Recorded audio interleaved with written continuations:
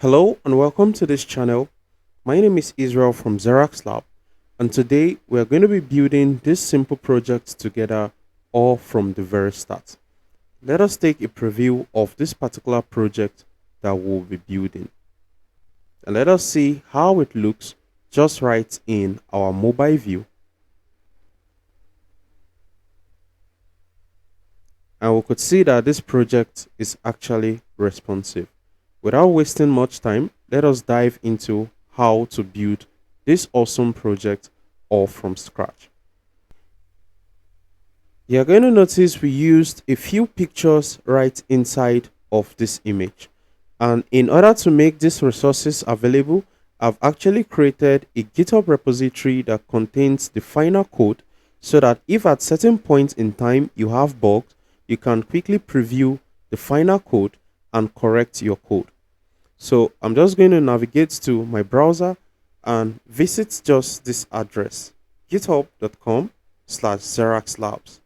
And that is where I have created that particular repository. The next thing I need to do is navigate to DX1 column design. And after clicking that guy, what I want to just do is fork this particular project. And it's now going to ask me to sign in with my GitHub account, and I'm just going to enter in my username and password. If you do not have a GitHub account, you can go right here to click create an account. I've added a link to a YouTube video that is going to guide you to successfully create a GitHub account. I'm just going to proceed right next to signing in.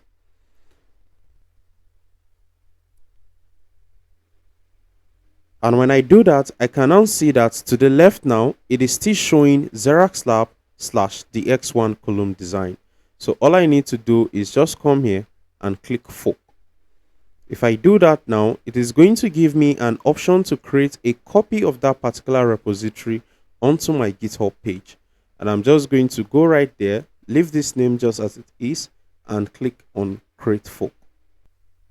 Now, GitHub has successfully been able to help me create a fork of that particular repository from Xeraxlabs now onto my GitHub profile.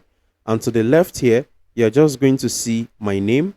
And now I have this nice DX1 column design.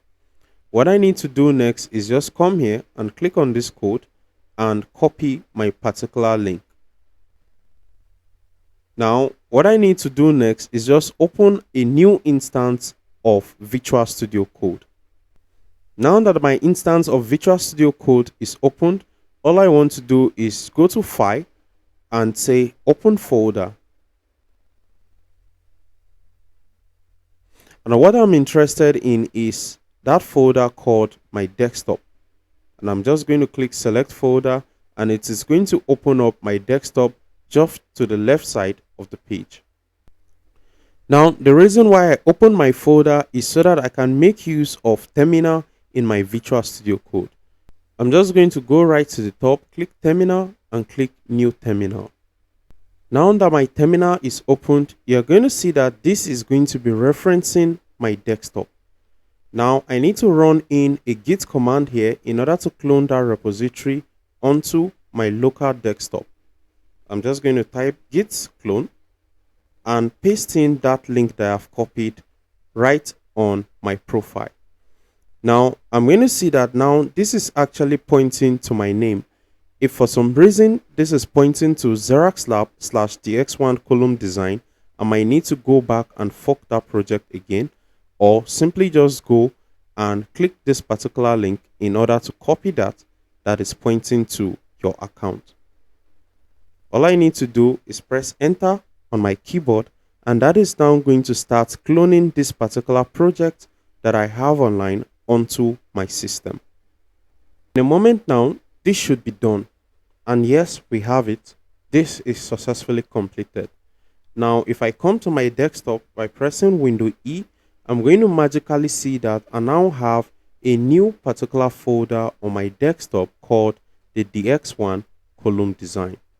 And if I open that guy, it looks just exactly as what I have online inside of my GitHub repository that I have forked from Xeraxlabs. Now, the next thing I need to do is let's come here and inspect what are the things that we actually have now inside of this particular folder that we have cloned onto our local machine. Now, if I check inside of a starter, you're going to see that it's just basic images files that we're going to be using for the most part for this particular project. And if I come here, they are just nothing special, just image file and my font awesome file. But the reason for adding this particular final folder is so that you can be able to just double click inside here and preview the final output of our project. And if for at any time you have an issue with a particular section inside of your code, you could simply just come and compare that to what we have inside of our final folder. Now let us quickly just open this folder inside of our Visual Studio Code so that it is easier for us to work with only these few guys right here. I'm just going to come back to my Visual Studio Code and click on File again, and this time I want to open a folder, but specifically on my desktop I want to open just that folder that we have cloned onto our system, which is our DX1 column design. And if I click on that folder, I'm just going to select that particular folder.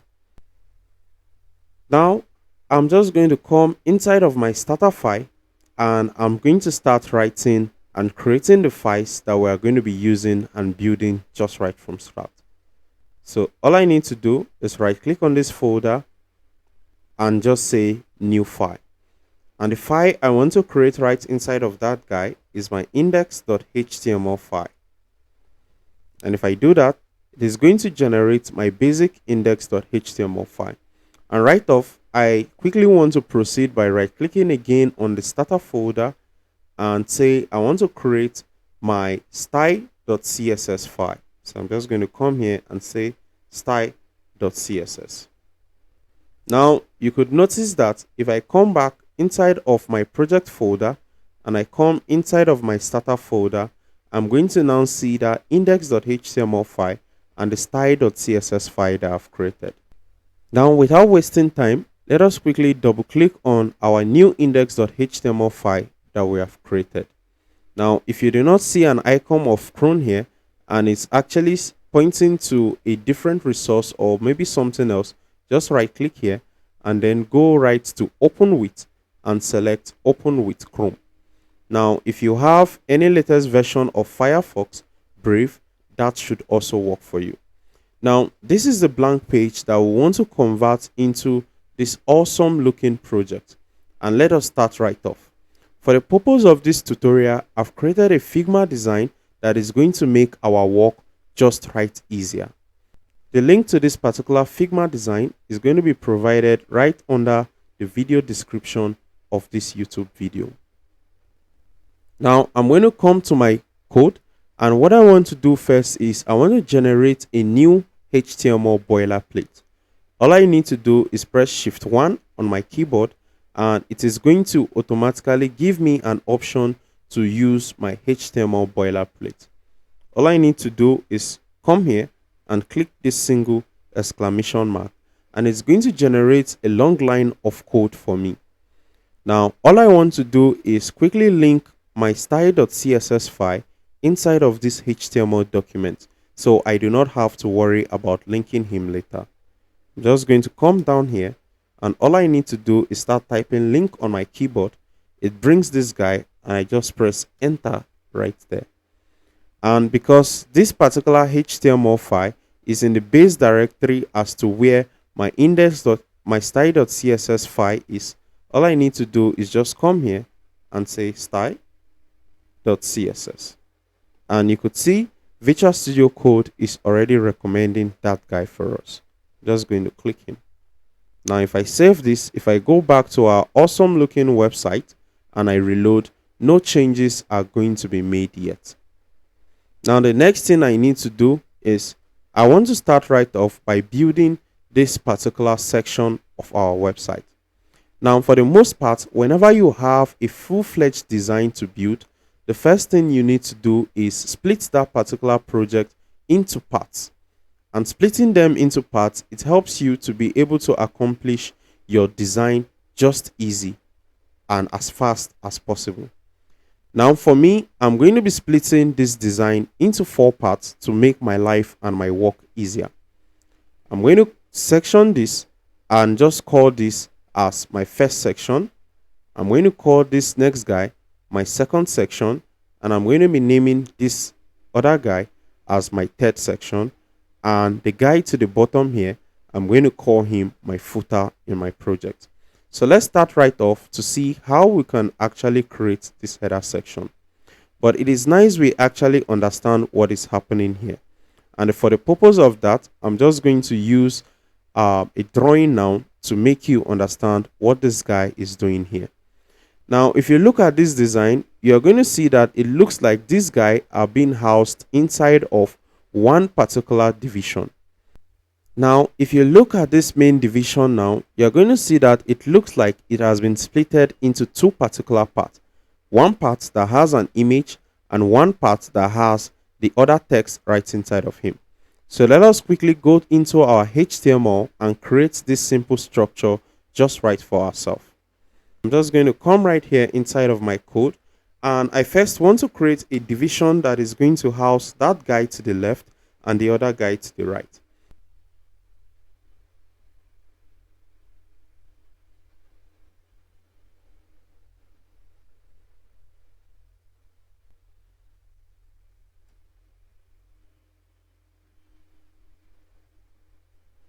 Now, you're going to notice that this div that we have actually created doesn't really carry a meaning, and this guy is looking all complex at a time.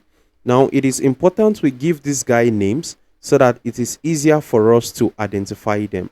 And remember, we said we want this guy to be our first section, and I'm just going to come here and give it a class name of first section.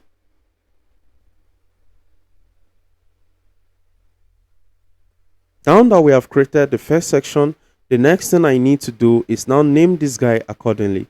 And I'm going to name this guy first section left div.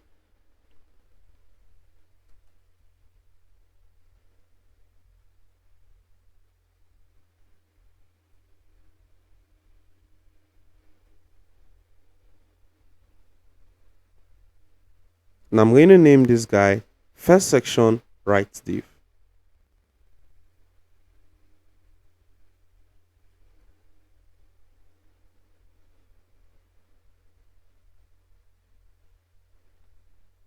Now, if I do this and save my page, if I come here and reload, I'm not going to be noticing. Now, if I do this and I save by pressing Ctrl S on my keyboard, if I come to my page and reload, I'm not going to be noticing any serious changes on my web page yet. So now, let us quickly go into our CSS and start styling that guy so that we could see him. But for the purpose of this tutorial, I've created something inside of our default CSS that is going to make our life easier. You're going to see that I've created a few files here that is going to make it easier for us to type in between them so that whenever we have an issue, we can quickly compare that with our final output. So I'm just going to drag this guy right here and say Ctrl C on my keyboard and copy that, come to my style.css and paste. So remember, this guy is just a comment and has generally nothing to do with our code. But for reference purposes, I just want to type anything that has to do with my fetch section right inside of here. I'm just going to come back to my index.html and copy this particular first section name so I do not make a mistake in him when I'm trying to type him inside of my CSS. Just going to put dot because that is a class name, and I'm going to select him so I can start styling him in CSS. Now the first thing I want to do is actually give him a particular height, and the height I'm going to be using here is a height of 460 px. If I save this and come to my page and reload, you are generally going to be seeing that you can not certainly see that guy with your physical eyes on your page, but if you right click and inspect, you are certainly going to see that those particular guys are actually inside of your project. Now, if you have this view, all you need to do is just press this particular icon right here, and it is going to bring that guy back to a mode that is no longer mobile mode. Now, if you look to the right here, you are going to see all the code that you have really written. And as you can see here, this guy is actually on our page, but because it doesn't have a background yet or a border, we can't really see the boundaries to where it actually is occupying. All I need to do is come to my CSS and let us give him a border of 3px solid tomato. Now, the reason why we are giving him this particular border is so we can now see the boundaries to which he is occupying. And if I reload that, now you can clearly see that this guy is that particular first section that we have created right inside of our HTML. Now, you're going to notice one problem with our code. And the problem is our particular first section is not starting from the very top and the very left of our web page. Well, if I right click and I inspect, if you click on the body and you just scroll right to the top, you're going to notice that something has happened here. And that is because the browser automatically gave the body of the web page a margin of 8px to the top, right, bottom, and left. So we need to remove that guy in order for our first section to start just right from the very top.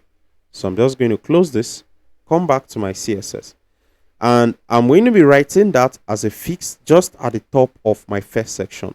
So the same method we're going to do, we're going to come to our default.css and copy this common fixes declaration right here. I'm just going to copy that, come to my CSS and paste that at the very top of my page. Now, what I want to do inside of here is use a universal selector so that I can target every element on my web page and apply a general styling to them. And to do that, all I need to do is bring this asterisk right here and open my curly angular bracket and my closing angular bracket. And inside of there, I just want to type a margin of 0px. And if I save that, if I come to my page and reload, now my first section is going to be starting from the very top. Now, the next thing I want to do is, according to my Figma design, I want to create and style that particular division that is going to house this content to the left and this content to the right. Now, I simply want to select my first section left div so I can style him inside of my CSS. And all I need to do is come to my CSS and start that guy with a dot selection because it is a class.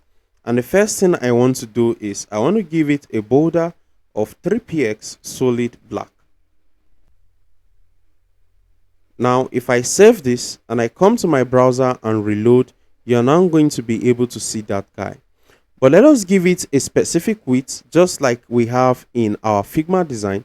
You could see that that guy is actually occupying the same height that has been taken by its parent. And that height is actually 460px. So all I need to do is come to my code and give it a height of 100%. And it is actually going to inherit the height of the parent. Now, if I save this and come here and reload, I'm going to notice that I have one problem. And what is that problem? This division is actually occupying the entire width of the container because it is a block level element. What I need to do is just specify a width of my choice here, and the width we are going to be using is 50%, because if you look at our Figma design, it looks like this guy is taking half of that parent division and the other guy is taking half of what we have left on the screen. If I come here, if I save my code, come here and reload now, I should see that guy occupying just 50% the width of the parent container. Let us quickly style the first section right div so we could actually now do something even more awesome. So I'm just going to copy that right into my CSS, and I want to do exactly just the same thing to him. So a border of 3px solid blue, and I want to give it a particular height of 100% so that it occupies the entire height as the parent, and I want to give him a width of 50% so that it occupies half the screen of the parent. But if I come here and reload now, you're going to notice one trouble that we are going to have. And the trouble is that these particular two divisions, because they are block level elements, they are not going to allow themselves to stay on one line. Now, in order to fix this issue, all I need to do is come to the parent and say a display. I want it to have a display of flex. Now, if I save that, if I come to my page and reload now, you are going to see that now those two divisions are going to agree to stay on one line. Now that they have now positioned on one line, we are going to notice that we have one challenge. In our Figma design, it specified that this particular container to the right should have an image. Now, how do we use an image inside of our project? Well, one particular way is to actually make that particular image a background. And if I come to my images folder, I'm going to see that the particular image I want to use for that particular section is actually my image1.jpg. So all I need to do is come to my style.css and I want to make that image a background of my right div. I'm just going to click right in here, and after that guy, I want to give him a background, and the background that I'm going to specify now is going to be a URL, which is simply just a URL that is going to be pointing to this image, and now this image is now going to be in my project. So because my style.css is just right in a base folder as where my image is, I'm just going to start with my double quote right inside of there, and I'm going to start with dot and /. And if I do that, you could see now that Visual Studio Code is giving me an option to actually just select on that folder by going / and then now I can select on that image1.jpg just like I want. If I save this now and I come here and I reload, you're going to see that now we are going to have an image background. Now, if you do not have this property, it means you have a misspelling while you were typing in the particular name of this image. But now our image is looking just too ugly. Now, one of the fixes we could actually consider for that is just come in here and use a CSS property known as background size. The value I'm going to give to that background size is cover. And if I save that, if I come here and reload, I should see that that image is going to be looking a bit better. But if I look at my Figma design, it specified that I should show a particular part of that particular image. Now, all I need to do is this. If I come here and I preview that particular image, I'm going to see that a certain section of this particular image is having a nice view that I want to show in onto my web page. And for the most part, it is just the bottom area. And all I need to do is come to my CSS, and I'm going to use a particular CSS value known as the background position. And what I want to do with my background position property is to actually give it a value of just bottom left, and that should be looking just right as good. Now, if I reload, you are going to see that this is going to show the bottom left side of that particular image that we have specified. Now, all I need to do next is we are going to see that in my Figma design, it specified that my background should actually have an overlay. And we're going to see how to do that in a moment. Well, if you come right inside of our starter file, you're going to see this guy called defaults.css. And if you open him right up, you're going to see a lot of few guys that have been added here by me. Now, all I've just done is actually just created a variable name and placed something inside of that variable name. You're going to see a few color codes that I've actually made readily available for this project in order to make our experience a lot easier. Now, all I want to do is I just want to copy this particular linear gradient that I have here, and I'm going to come to my style.css, and just right before this URL declaration, I want to start typing something there called var. And when you start typing var on your keyboard, the Visual Studio Code automatically brings that suggestion right for you. All you need to do is click it, and after clicking it, immediately use a comma right after of that guy. So what we want to do is this. We want to see how we can mix a linear gradient with an image right inside of our project.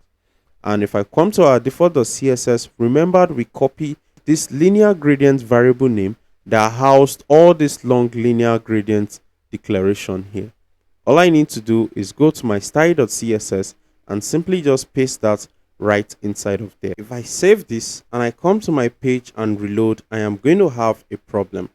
And if I reload, you're going to notice that my image is no longer going to be showing. Now, the reason for that is simply because I've used a variable declaration right inside of here, but I haven't actually linked this defaults.css guy inside of my HTML.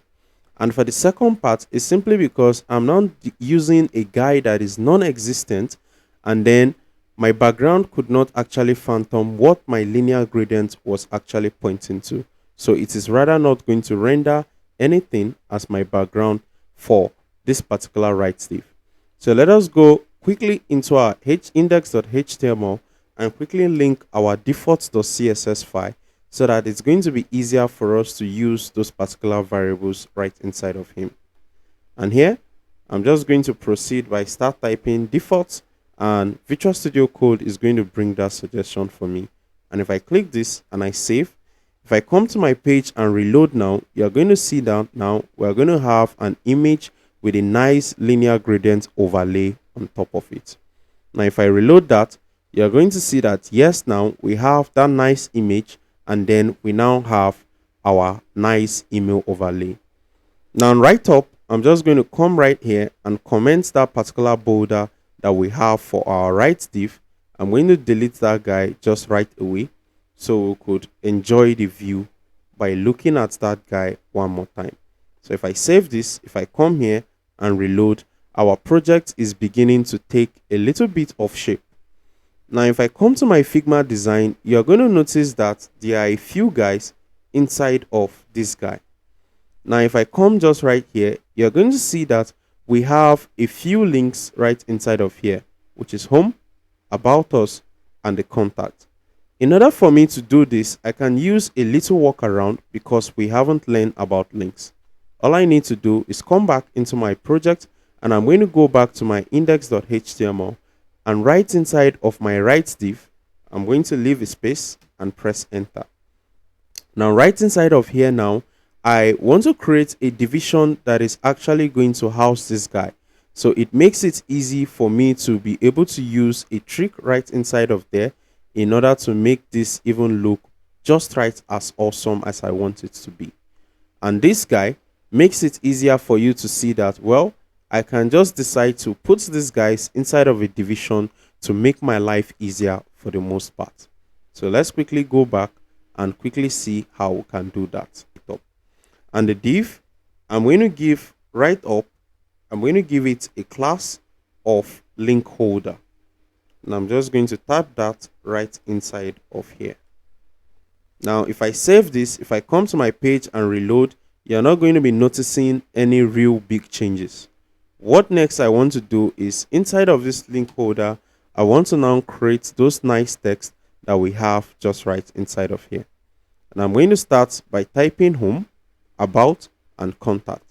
But in order to make them have this nice look and feel, I have chosen to use a H4 tag for this guy. So I'm just going to open my angular opening bracket and type in there H4. And if I end it with my closing angular bracket, that is automatically going to generate the ending tag of H4 for me. And right inside of here, I simply just want to proceed by typing in home. And now that I've successfully typed this guy, I can choose to duplicate this line because it is exactly what I want to do for the three of them. So to duplicate this particular line, all I need to do is ensure that I'm clicking on that line, and on my keyboard, I'm going to press Shift and hold my alternate key, then press down just quite a number of times as I want it to duplicate. And now we have successfully been able to duplicate this line twice. And what I'm going to do here is just change this guy to about, and this guy right to contact. And if I do that and I save, if I come here and reload now, well, we're not going to still be having that super awesome look that we want to just have. But we'll see how to do that in a moment. Now, in order to make our life much easier, it is important we give this link holder a border so that we can be able to see just exactly what is happening right inside of that guy. And all I need to do is I'm just going to come back to my code, and I'm going to select this link holder, and I'm going to give him a particular border so that I can be able to see the boundaries to where that guy is extending to. So I'm just going to say border, and I'm going to specifically use 3px solid blue for this particular guy. And if I save that, if I come here and I reload now, this guy as a parent should have a blue border. Now you're going to notice that inside of the Figma design specified that those guys should actually be on one line. So remember, because H4 now is now a block level element, even though there's an empty space that they could actually occupy in front, they are still not choosing to be on the same line. So to fix that, I can just come to the parent, and in this case link holder, and just say I want them to have a display flex. Now if I save this guy, if I come here and I reload, you're going to magically see that now the home, about us, and contact are now on one line. Now you're going to notice that earlier on we used a previous fix in order to accomplish this. We use a display on inline block on those particular elements themselves. But the reason why we're using Flexbox for this approach is so that we can be able to do just awesome stuff by just writing one line of code. Now let us see one awesome stuff that we could use with Flexbox. Now if I come to my Figma design, you're going to see that these guys are actually spread out just evenly. There's equal spacing here, and the same equal spacing is what I'm having in the middle, and the same equal spacing I'm having just all around. And all I need to do in order to accomplish that is just come to my CSS, and right here inside of my link holder, all I'm going to do is I'm just going to say I want it to justify and space evenly. Just going to come right here and say justify content space evenly. And if I do that and save now, you're just going to see that these guys are going to evenly space themselves inside of this parent container. And if I reload that, yes, this is exactly what we are having. Now the next thing I want to do is this. I want to quickly change this guy. I want to change their color to a white color. All I need to do is just come inside of my Visual Studio Code, and then right inside of here, I just want to type a color and then set that color to white.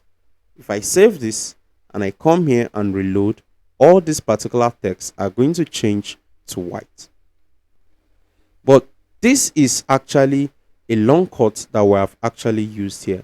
Now, what happened is this. If you look at our defaults.css, we have actually specified a name that carries that white color. So instead of using a right up here called white, I can consider just changing it to this particular variable that I've created right inside of my defaults.css. All I need to do is just copy this whole guy and come back here, and instead of writing white now, I'm rather going to use my var keyword, and if I click that, I'm now going to paste the particular variable that I want to use inside of this guy. Now what is actually happening is this. Wherever it sees this var keyword, it is automatically going to try searching for this particular variable name that you have declared. And when it comes here, it's going to see that that white color name is just this particular color code that you have specified here.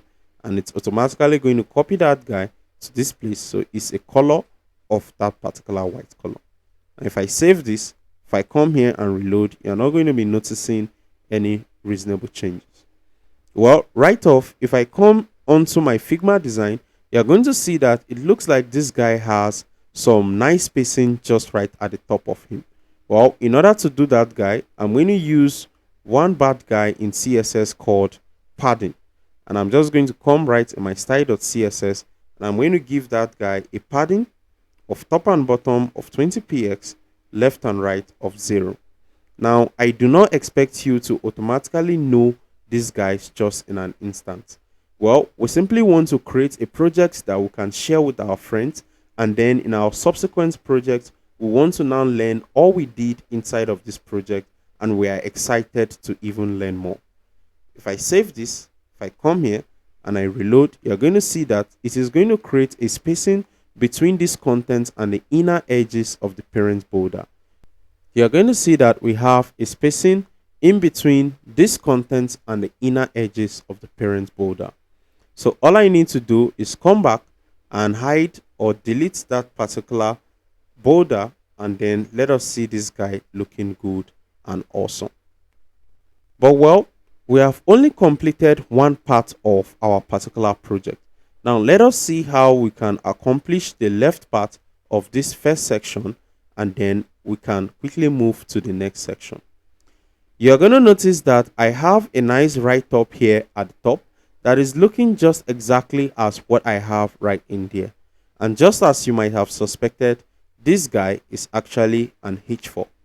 All I need to do is just come here inside of my HTML, and then I'm going to try writing that guy inside of my first left div. Now I just need to click here and then leave a space so that I do not confuse my first section left div with my first section right div.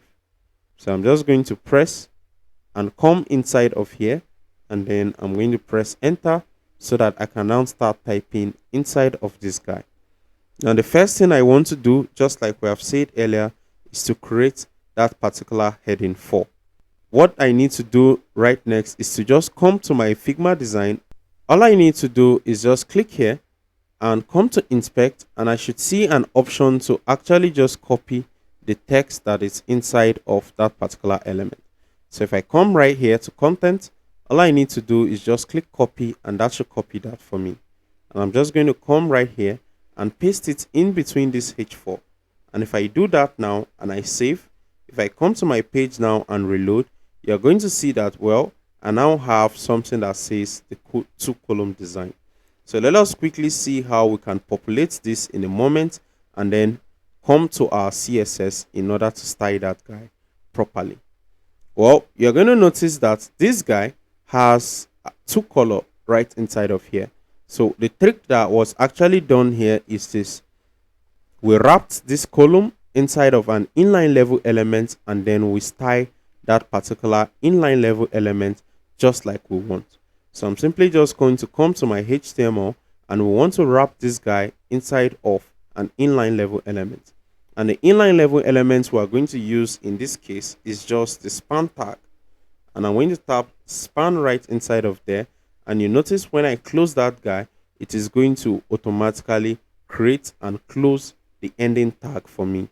All I need to do now is just copy this guy and drag him right inside in between the span. And now if I save this, if I come here and reload, you are simply not going to be noticing any simple change. That is because that span is an inline level element, and it is going to only occupy the space that is required by its content. Now let us see how we could actually change only this particular color and not the whole thing when I give a color of tomato on my main H4. All I need to do now is to now select this particular span tag, because for the most part we do not have him again on our page, and we're going to give him a color of that nice tomato color. I'm just going to come down here and I'm going to select that guy because he's an HTML element. I do not need to start with a dot. So I'm just going to put this and say I want to give him a color of, let's say, red for this case. If I save this, if I come here and I reload, you're going to notice that only this column now is going to have a color of red. And just as you could see that guy, you could see now that that column is actually having a color of red. But because we already have a color specified inside of our default.css as our main color, we simply just want to utilize that instead of using just this particular color name. And I'm going to just delete this and start typing my var keyword, and I'm going to paste that particular color variable name that I've copied. If I save that, If I come here and I reload, it should now have that nice, awesome tomato looking color. Now let us move and proceed just right to the next part, where we are going to be creating this nice heading that we have just right inside of our code. Now to do this, all I need to do is just select this guy, and if I go to inspect, I should be able to see an option that allows me to copy the contents of this particular element that I have selected. So I'm just going to say copy. And what we want to do here is this. Inside of our H1, we want to simply just create, inside of our HTML file, we want to simply just create a heading tag here that is going to be bigger than this first guy. And I'm just going to come right here, and the particular thing I'm going to be using, particular HTML tag I'm going to be using is the H1 tag. And right inside of there, I'm going to paste the particular contents that I've copied. If I save this, come here and reload, you are going to notice one problem. And that problem is this, that the write-up that I actually now have on my page is actually just too big and it is occupying one line. And if you look at our Figma design, you're going to notice that it specifies that building should be first, applications should come later, and for the web. Now, in order for me to fix this, all I need to simply do is come back inside of my HTML and use one particular tag in HTML known as the BR tag. Now, what the BR tag does is this. It's just helped me to be able to break and create a new line just right after the particular element or the particular place I've used them. Now, if I save this, if I come here and reload, you're going to notice that this applications for the web is going to break just right on to the next line. And if I reload, just as we anticipated, that is exactly what we have. But if we look at our Figma design, we are going to see that, well, it actually specified we do it also after the applications. I'm just going to come right here, and then after my applications, right inside of here, I'm going to type in my BR again. But notice, because this BR is an HTML tag, I just start him right on with an opening angular bracket and close him with that opening angular bracket. Now, you're going to see something. You're going to be tempted to ask that, well, for all other HTML tags, we usually come here to give them a closing tag. But we, just as we discussed earlier, we said for a few HTML elements that we actually called empty tags, they do not have or require you to close them. But for convention's sake, there's always something we do for empty tags. Even though they do not require us to close them, we simply come after them and indicate that /. And this is going to help you when we come to learn React. If I save this, if I come here and reload, you're going to see that we have just that nice, awesome view as we have inside of our Figma design. Now, the next thing we want to be concerned about is this nice looking text just right inside of here. You simply just click on him, come to inspect, and all we are interested in is to actually copy that particular content. And in HTML, in order to actually group those particular wordings, in order to make it easier for us to style them, we simply place them inside of a paragraph tag. And if I create that paragraph tag right under my H1, if I come in between him and paste that particular content that I've copied, if I save this and I come here and I reload, I should now have that nice looking paragraph inside of my web page. Now, the next thing I need to do is this. If I look at my Figma design, you are going to see that we have one nice and awesome looking line inside of here. Well, in order to create that particular line, all I need to do is just create one particular division there and give it a height that I want and a width, and also give him a background. And this line is just going to come right inside of our project. So I'm just going to go back to my index.html now and quickly do that guy inside of my code. All I need to do is the line is just right below my paragraph. So I'm not going to be messing with anything in my code. You're going to see that I'm going to be typing just right inside of my first section left div. So if you click on that particular line, it is going to show you where that division is ending.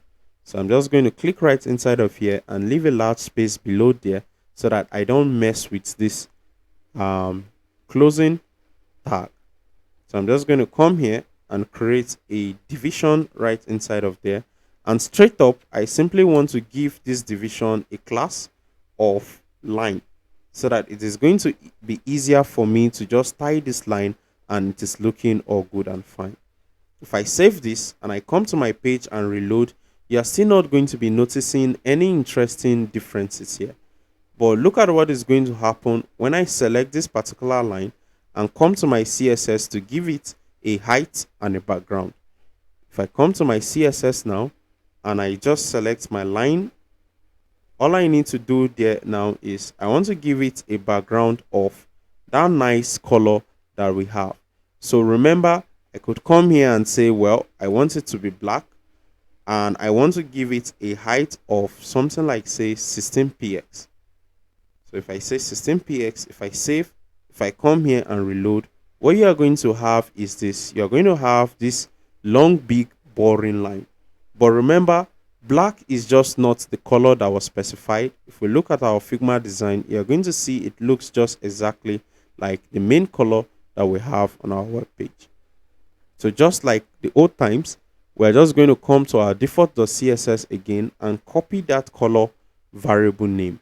And if we come to our CSS, instead of using our black or a particular color that we are familiar with now, we're just going to use right there our var keyword so that we can now paste in that variable name and it replaces anywhere it see this main color, it replaces it with just exactly what we have inside of our defaults.css variable name. Now, if I save this and I come to my page and reload now, you're going to see that, well, that background is going to change right to our nice looking color. But now this is nowhere looking like what has been specified inside of our Figma design. So all I need to do right next is I want to consider reducing the width of this particular division. And the reason for that, the reason why it's occupying the entire width of the container is simply because it's a block level element. Now, all I need to do is come back to my style and I'm going to reduce the width of that particular line to something like 224px.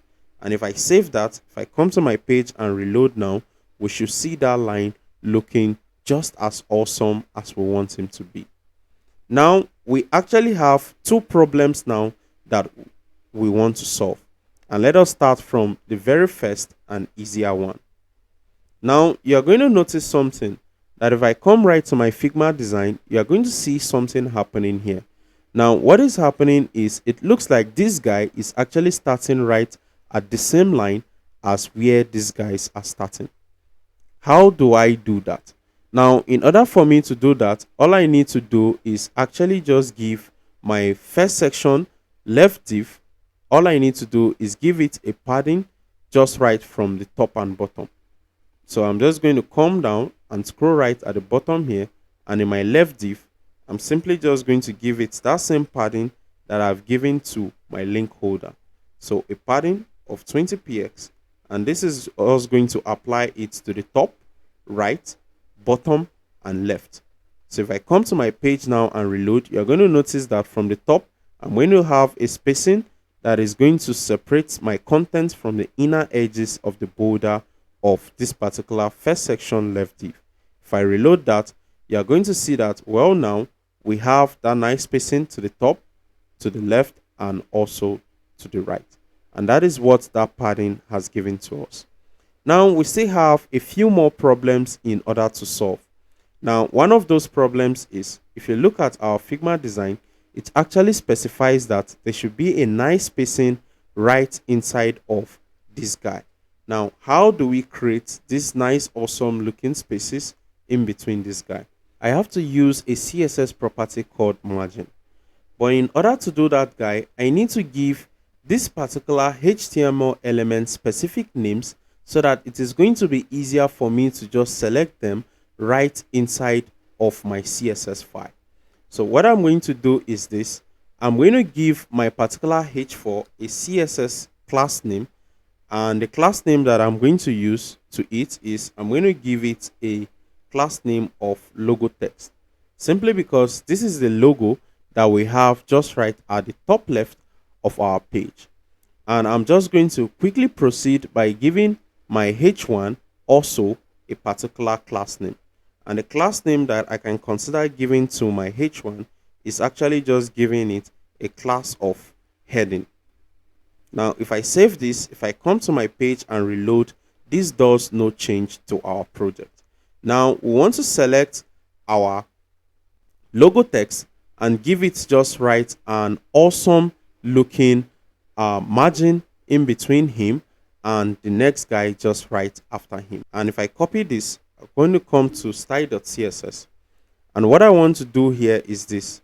Just right under here, I want to give him a margin to the bottom of 20px. So I'm just going to say margin bottom of 20px. Now, if I save that guy and I come here and reload, I'm going to see that I'm going to now have an awesome space just right after this, our logo text. If I reload there, you're going to see that now we have that awesome space. Now, for the most part, because I also need a nice spacing in between this guy and this bottom guy, I'm also going to give him a margin to the bottom as well of 20px. So remember, we have given him a name inside of our HTML, and the name we gave him is heading. So I'm just going to copy that, save my work, come to my style.css. Because it's a class, I'm going to start right off with a dot, and I'm just going to put my opening angular bracket and my closing angular bracket, and just right inside of here, I want to give him a margin to the bottom. Oops, so this is not top, this is actually bottom of 20px. And if I do that and I save, if I come here and I reload, you're going to notice that there's going to be a nice space in between this guy. But right next in my Figma design, you're going to notice that, well, I also want to fix a particular spacing in between this particular paragraph that we have and our line that we have created. In order to do that, guy, you might simply just want to say, well, we should come to our HTML and consider giving this guy a class name. But I'm not going to be doing that. I'm rather going to be using a shorthand here. And that shorthand is this. I'm actually just going to be referencing the parent, and I'm going to say any paragraph inside of this parent, I want to give it a margin to the bottom of 25px. In order for us to do that, guy, this is what we do. We're just going to copy the name of that parent that is housing him. And in our case, it's first section left div. And I'm just going to bring that guy inside of my CSS right here. So I'm just going to put it right under the first section left div, so it makes it easier for me to see him just right there. And all I want to do is leave a space right after this guy and write P there. Remember, we want to style our paragraph tag now. That is why we are using this particular trick. And this trick is called descendant selection. But we're still going to be talking about him more as we proceed in this series. So I'm just going to open my coily angular bracket and my coily closing bracket. And inside of that guy, I'm just going to write a margin to the bottom of 25px. And if I save that guy, if I come here and reload, you're going to see that there's going to be a nice spacing between this paragraph and our nice looking line. But right on ahead, you're going to be noticing one buzz in our project. And that problem is that our first section left div is growing a height that we no longer specified. Now, in order to fix this, the simple trick we need to do is come to our universal selector that we have declared right in the top for common fixes and just say box sizing of border box. Now, what this does is this. It is going to now say whatever padding calculation it wants to do, it should just limit all that and add it inside of the height of the element. And if I reload now, you're going to see that that issue is going to be fixed. Well, this guy is looking almost like what we have in our Figma design, except for some few things. Now, I'm just simply going to come into my design and I'm going to delete out those ugly borders that we have used. So I'm just going to press Shift and delete on my keyboard, and it should automatically delete those ugly borders. If I save this now, if I come here and reload, you're going to see that these borders that we declared earlier are no longer going to be there. We're going to notice a few changes that is making our project not look just as awesome as what we have in our Figma design. And that is simply because of the font face that this project is actually using. So if I click right on it and I come to inspect, if you scroll right just here, you're going to see that we used a particular typography to make this Figma design. It is called the inter. Now, how do we use inter inside of our project? So all I need to do is open a new tab in my browser, and here I just want to type Google fonts. Now, if I click this first link that is brought for me, it is going to take me to this particular page where I'm going to see a lot of free fonts that is made available just by Google Fonts. But for me, I'm not interested in these so many fonts that Google Fonts have to offer, except for that particular font that I want. And what is the name of that font? The name in this case is Inter. And I'm just going to come right at the top of my page, and it says search font, and I'm just going to type in Inter right inside of there. And notice after typing that, I can now see this particular Inter font. Now, how do I use him inside of my project? In order to use him, all I need to do is just click right on him, and it is going to take me to this particular page that is specific to that Inter font face that I want to use. All I need to do is just scroll right to the bottom, to the very bottom, and just keep going. Now, the particular thickness of that particular font that I want is the regular 400.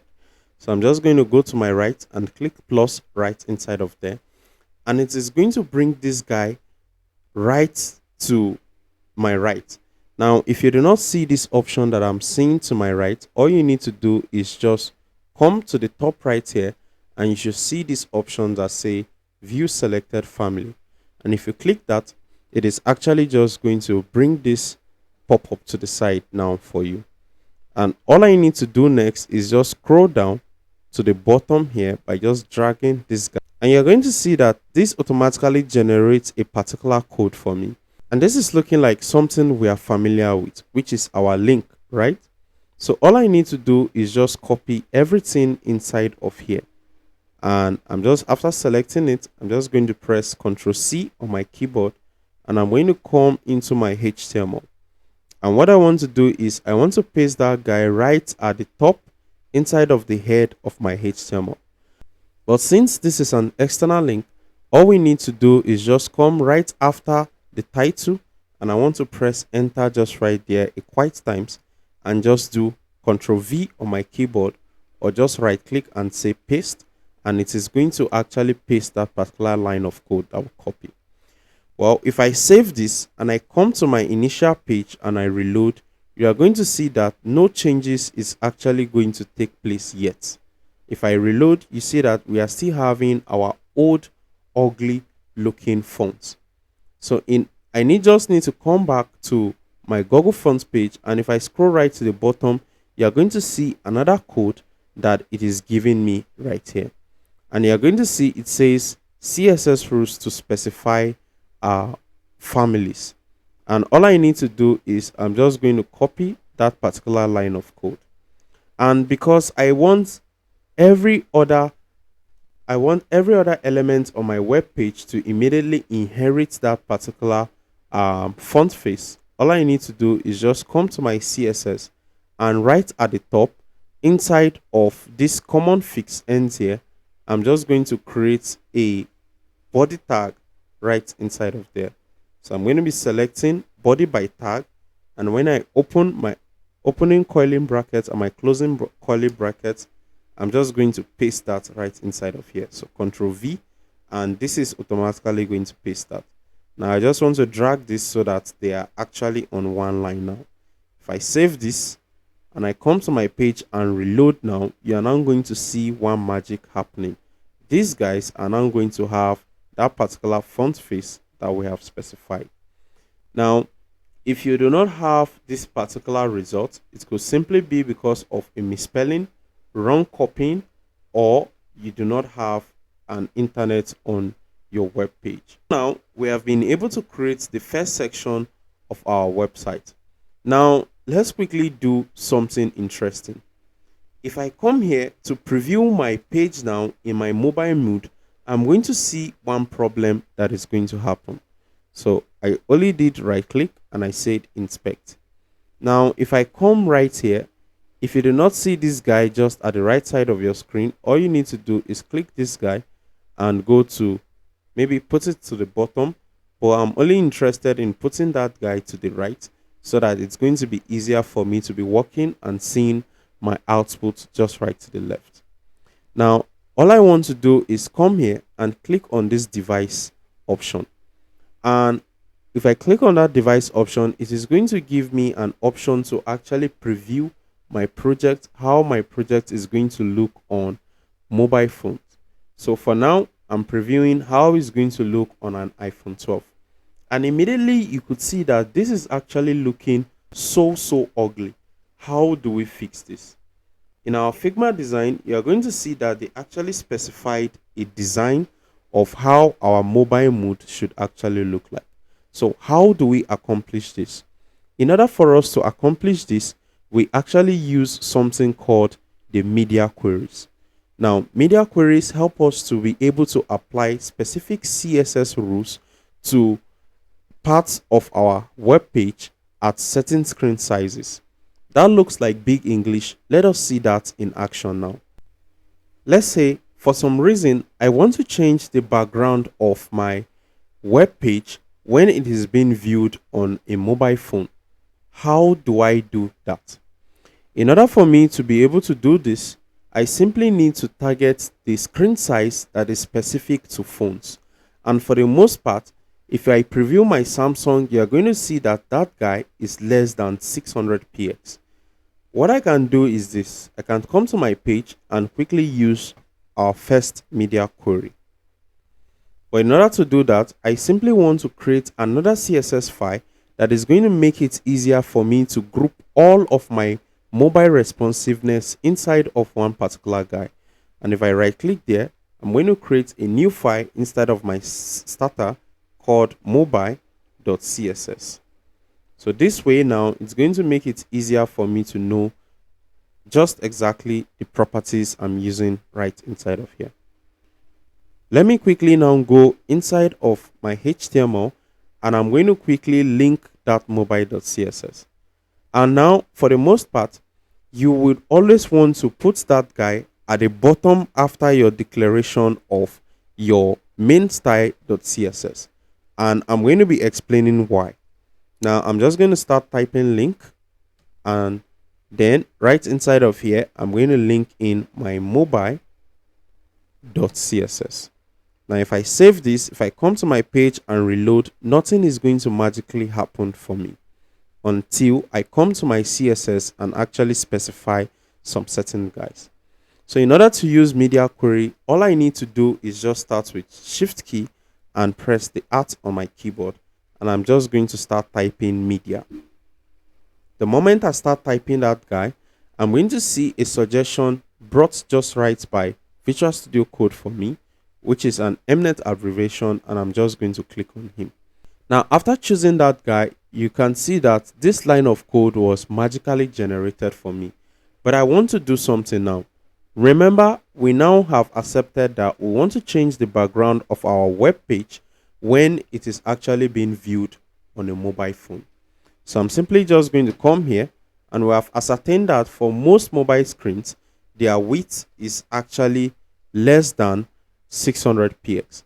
So I'm just going to come here and write and in front of this guy, and I'm going to bring in opening bracket and my closing bracket.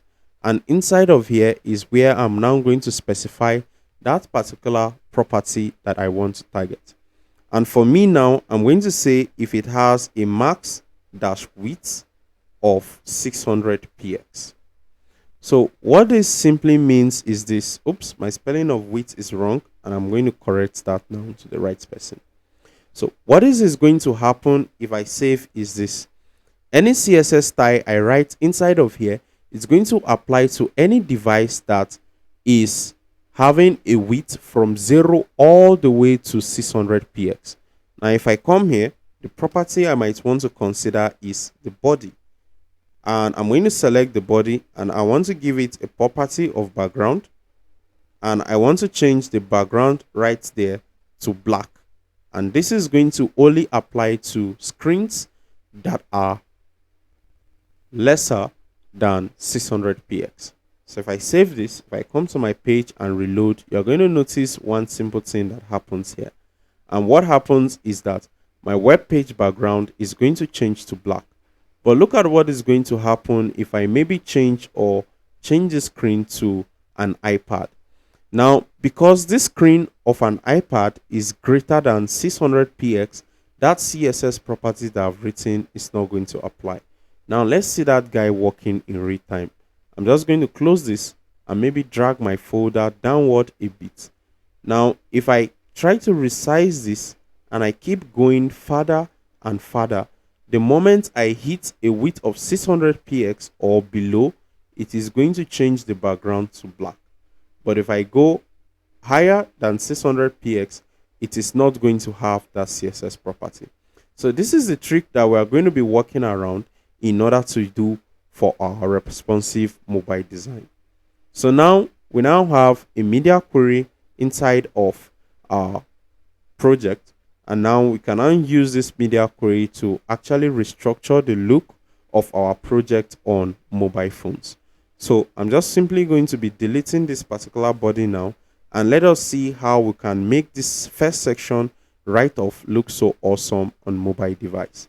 I'm just going to right click here and say inspect, and let us preview our websites back on an iPhone. So I'm just going to come here and choose iPhone 12. So remember that property is still being applied. All I need to do is just save, come back here and reload, and that guy should be done. I'll come back to my defaults.css, so it's going to be easier for me to see just where I'm typing in. I'm just going to copy this first section right there and bring him right inside of my mobile query, my media query.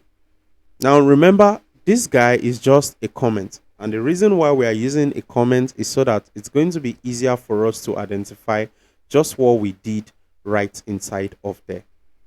And the first thing I want to do is, if you look at our design inside of the Figma design, you're going to notice that it's specified that now the left div has a larger width than that of the right div.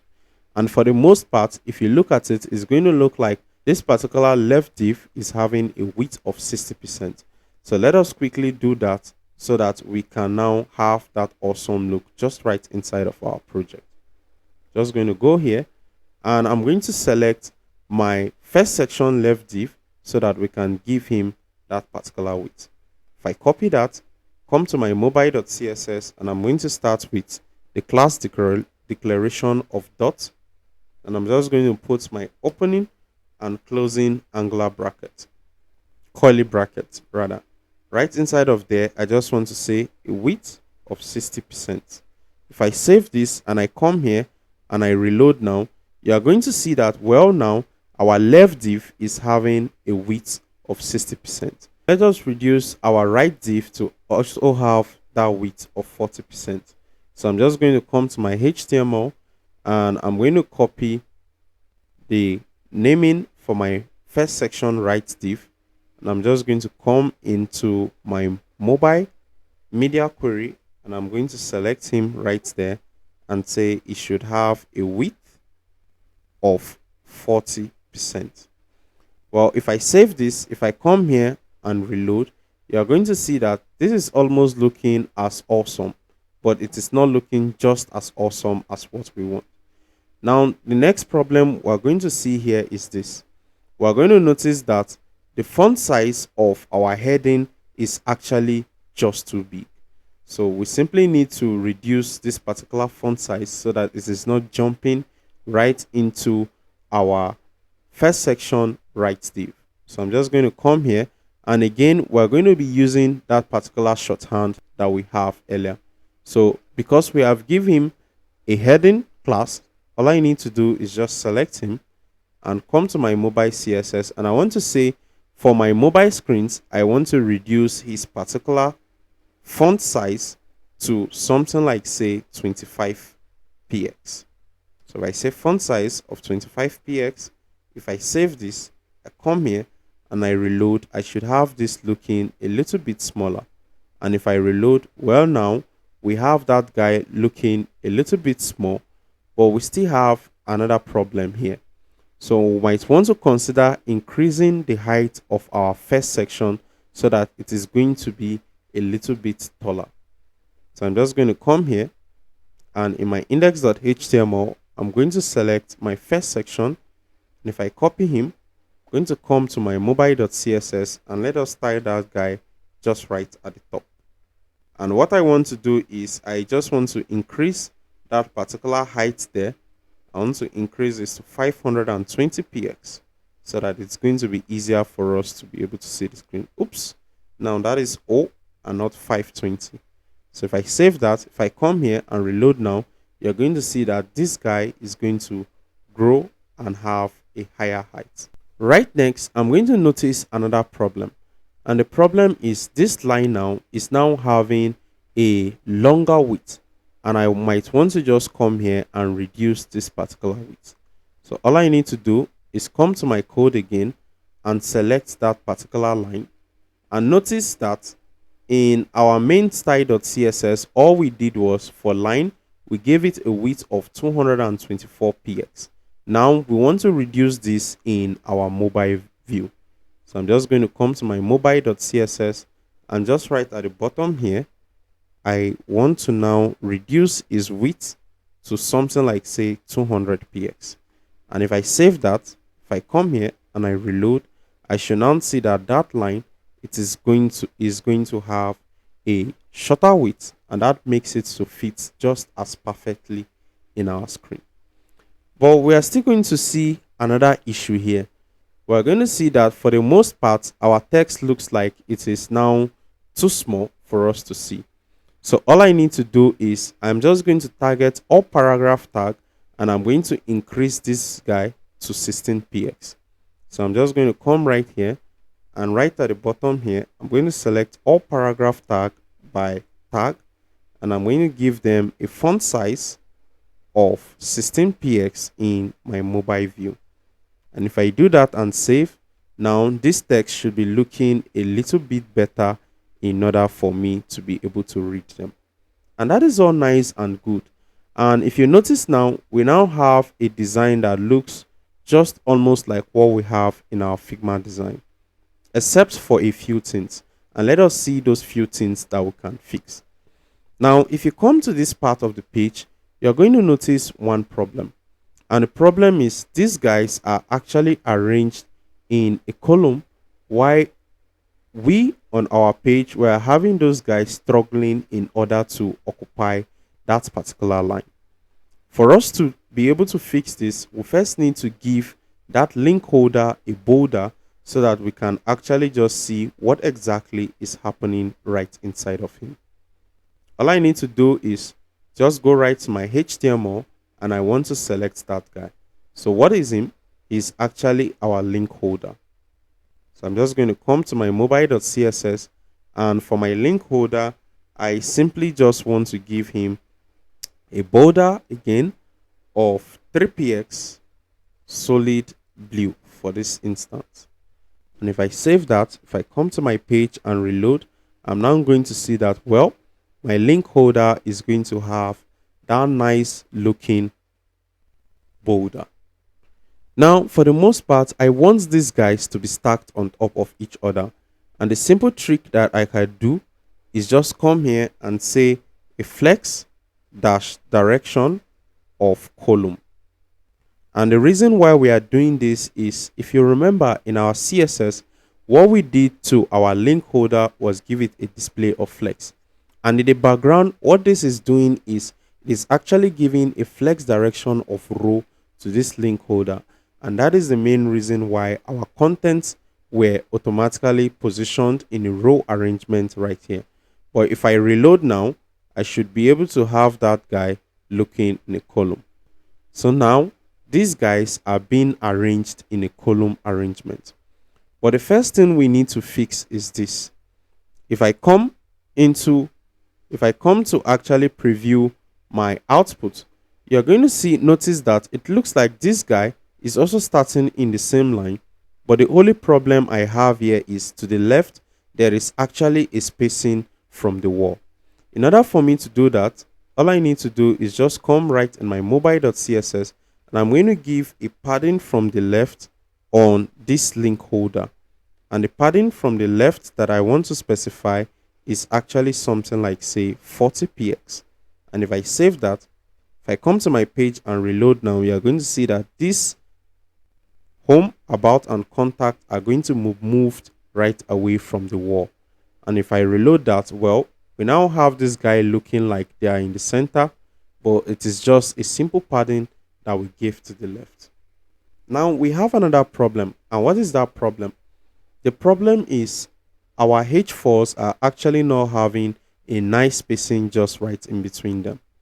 Well, in order for us to do that, we simply use our little shorthand so that we can just give them a margin to the bottom, and they are going to be looking just as nice and awesome as we want. So all I need to do is just target my link holder in this case. And inside of my link holder, what do we have? We only have just random H4s. And because I don't want to come here and start giving them particular class name, I'm just going to use my descendant selector that we've learned how to use earlier.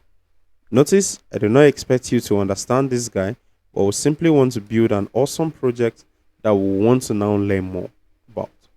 So I'm just going to leave a space here and type in H4, and then I'm just going to put my opening curly brackets and my closing curly brackets, and I'm going to give it a margin to the bottom of just 20px.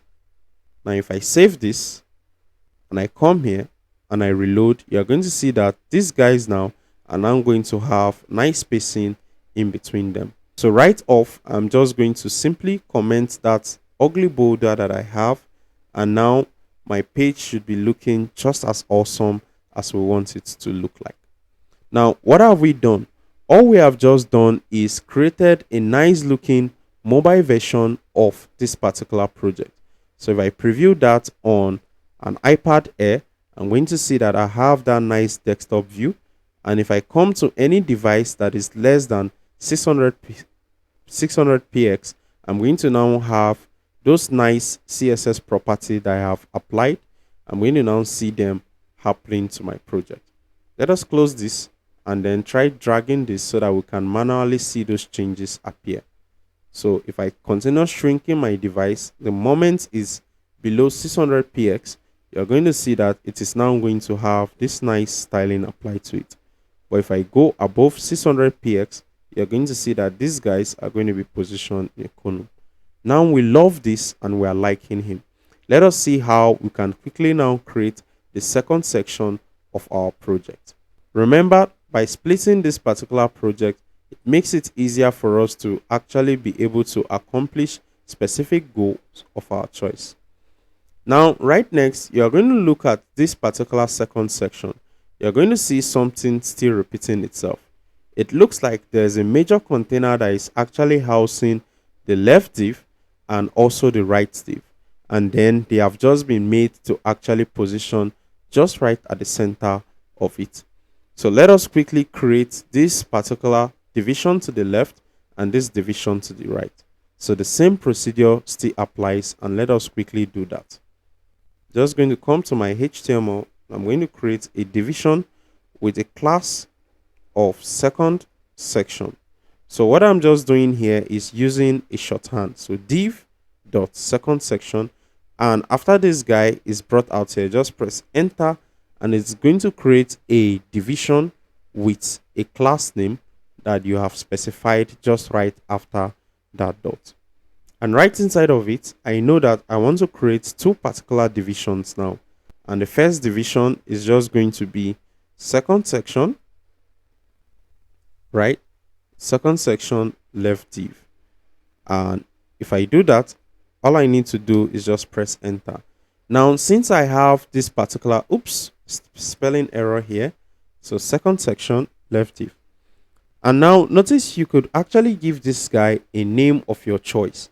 But the reason why we are sticking to this convention is so that we can easily know what we have done to what part of our code and who those particular styles are being applied to.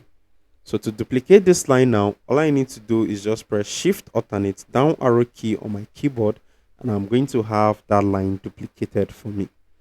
And I only want to change this from left div to right div.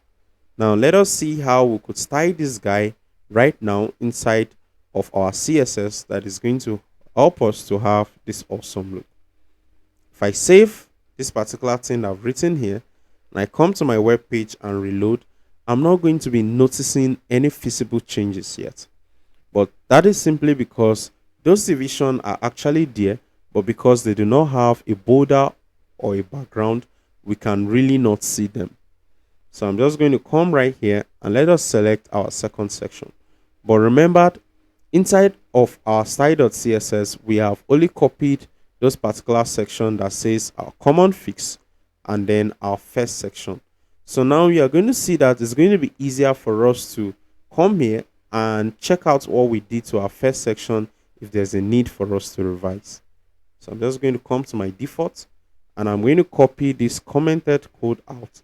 That is going to help me to type in between him so that I can be able to know just right where I was typing in. Now, what we want to do is just come to our HTML and select that second section.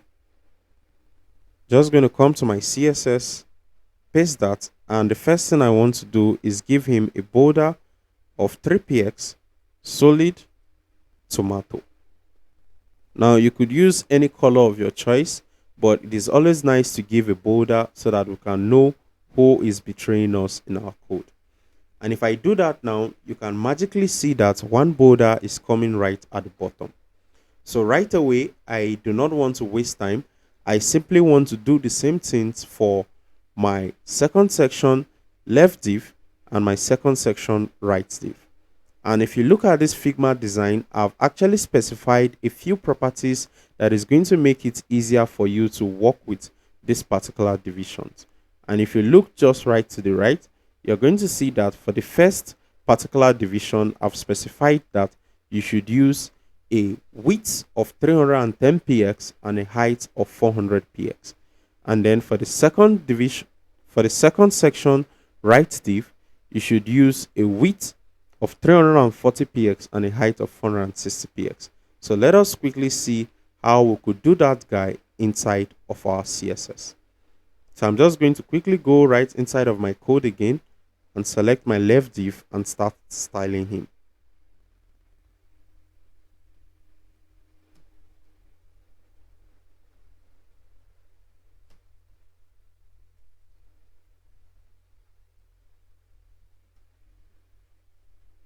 And I'm going to give it a width as has been specified in that Figma design of 310px, and I'm going to give it a height of 400px. Now, if I save this, if I come to my page and I reload, you are going to now see that, well, now I have that nice and awesome looking division with just a height of 400px, width of 310, and it has that nice border. But if we look at our Figma design, we're going to notice something happening here. We could immediately notice that this guy has a background, so we might want to substitute that particular border for our background. And if I come to my default.css, you're going to see that that background was actually specified here as what? As gray color. So I'm just going to come here, copy this, come to my style.css and quickly give it to my second section left div. So I want to give it a background of my variable keyword and then paste in that gray color. So if I save this, if I come here and reload, you're going to notice that this division now is going to have that awesome gray color. And with this now, I no longer need my borders because I can now clearly see my division. So I'm just going to come right here and delete that guy. Now, the next thing as specified in my Figma design is I want to have a particular division that is going to have an image right inside of him. But remember, we have seen one method to which we could actually use an image inside of our project. Now let us see another way we could use that guy by using the image tag. So I'm just going to proceed just right on inside of my right division. So I'm just going to come right inside of here and let us first give him a particular styling so we could see the boundaries to which and where he is occupying. Just going to come to my style.css and I'm going to give him this particular CSS property. So the first one I want to give to him is actually a border of 3px solid black, just as usual, in order for us to see the boundaries. And remember, our Figma design specified that we actually give that guy a height of 460px and we give him a width of 340px. Now, if I save that, if I come here and I reload, you are still going to be seeing our same old issue. And that same old issue is simply because these guys are block level elements. That is why they are not on the same line. So in order to make them come on the same line, I need to give the parent elements that actually house them a display of flex. So I'm simply just going to come to my style.css and my second section, I'm just going to come here and say display of flex. Now, if I save that, if I come to my code and reload, you are going to see that now these two guys are now staying on the same line. But well, we have a few problems that we want to resolve now together. Now, one of the first problems is this. We want to actually move these two divisions to the center. How do we do that? Well, all I need to do is just come to my code and just say on the second section, I just want it to justify content to the center. And if I do that, if I save, come here and reload, you're going to see that now those two divisions are actually going to be in the center. But we still have another problem. If you look at our Figma design specified that this left div should actually be at the center of this particular this other division that we have to our right. Well, the simple fix for that is just come to the second section and just say we want our elements to actually align to the center. Now, if I save this, if I come here and reload, you're now going to see that this guy is going to be perfectly in the middle of this other division that we have to our right. But if we come to our Figma design now, we're still going to be noticing another problem. And what is that problem? Now, the problem we have is this. You're going to see that there's actually a spacing right between our second section left div and our second section right div. So how do we actually give this nice spacing?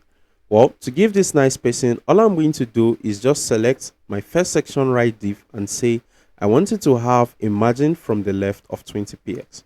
So I'm just going to come to my second section right div and I'm going to say margin to the left of 20px. And if I save that, if I come here and I reload, you're going to see now that we are going to have that nice spacing in between this first guy and the second guy. So quickly, let us see that second method of adding an image to our project. So all I need to do is just come. If you look at our image file, the image that we are most interested in is our image2.jpg.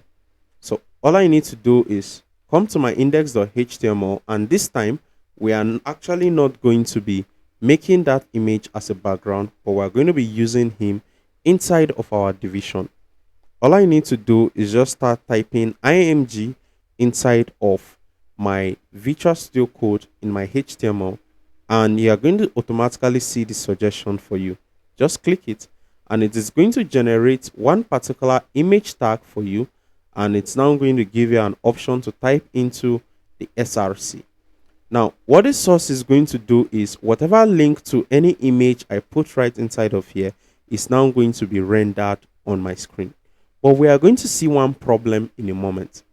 Now, remember, just because my index.html is also in the same root folder as my images, all I need to do is just start with /, and then I can quickly see the suggestion for my images. And the guy I'm most interested in now inside of my images is the image2.jpg. So I'm just going to start typing image, and then I should see the suggestion right here for me. Just click it. Now, if I save this and I come to my page and reload, we are going to see one problem. And that problem is the image that is going to be added now is going to be bigger than what is going to be bigger, and then it's going to be breaking outside of the screen. Now, this is just so much to handle. We have actually specified a particular width for that division, but why is our image acting this way? Well, the simple fix to this is just actually select my image tag itself and then give him a width and a height of 100%. So let's see that guy now in a moment. I'm just going to copy that image tag, and in my style.css, I'm simply just going to go right at the top of my page and just put that guy right there. So this is a fix for my image. Now look at what is going to happen. If I give my image a width of 100%, what is now going to do is this. It's now going to respect the width of the parent that we have specified earlier. And what is the width of that parent that we have specified? Remember, we specified the width of our second section right div to be what? 340px. Now look at what happens when we reload. Now magically, we can now see that, well, our image now is now respecting the width of the parent element. But we still have another buzz boost. The height is also breaking out of that particular division. All I need to do is just come here and say, well, I've given a width of 100%. I'm now going to give a height of 100% to my image. And if I save this now, I'm no longer going to be having that particular challenge inside of my project. And now the next thing I want to do is just quickly comment out this border so I can see the beauty of my project. So I'm just going to come here and go right to my second section right div, and I'm going to delete that ugly black border that I've given him just right inside of there. And if I save this, if I come here and I reload now, I should have that guy looking all good and amazing. But then now we have another problem. And what is that problem? If I come to my Figma design and I look now, you're going to see that this actually looks like it has a nice spacing to the top and then also to the bottom here. Well, in order to give that nice spacing so that it's going to push the inner content and to the edges of its border, is actually just using a padding. And I'm going to give that padding to the parent element, which is our second section. And all I want to do now is just come here and say, I want it to have a padding to the top and bottom of just 50px and to the left and right of 0. Now, if I save this, if I come here and I reload now, you're going to see that a space is going to be created between these inner edges of the parent container and to the children, which is just a content inside of that parent container. Now, this is looking all good and nice, except for our ugly looking border. So I'm just going to come here and delete that guy right inside of our code. If I save this, if I come here and reload, that guy should be done. Now, we are going to notice that this is in a way almost starting to look awesome. And there's actually a restriction here. We're going to see that right inside of here, we have write-ups and contents inside of this left div. So let us quickly give that.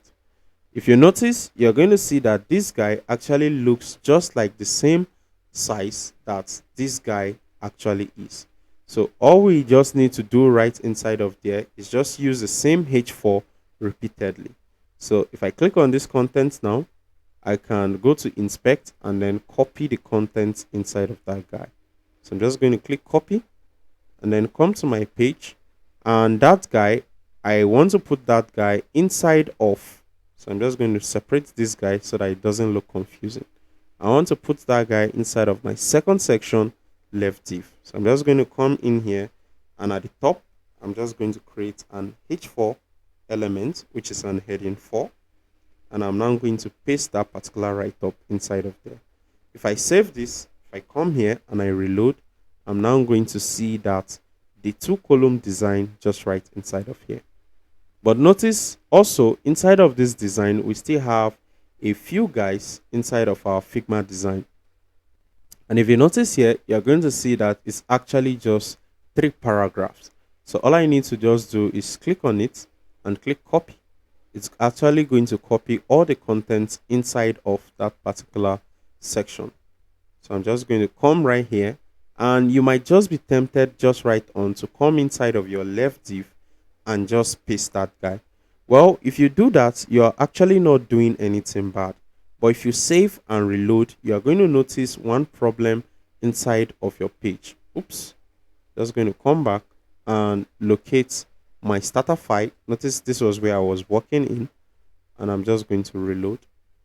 And if I reload, you're going to see that, well, we now have a lot of files inside of here, but we cannot just select these guys and come to CSS to style them. So we need to just simply put these guys inside of a particular HTML element that is going to make us easy to give them that nice spacing that we want inside of CSS. And to do that, all I simply need to do is just give them and place them inside of a paragraph tag. So if I look at my Figma design, I have at the ending of expeditor and rerun C. So I'm just going to come here and give those nice spacing so I could actually see where and where I want to introduce my paragraph. So right at the top here, I'm simply just going to create 3 particular paragraphs. All I need to do is just create 1 paragraph and duplicate that particular paragraph 2 more times.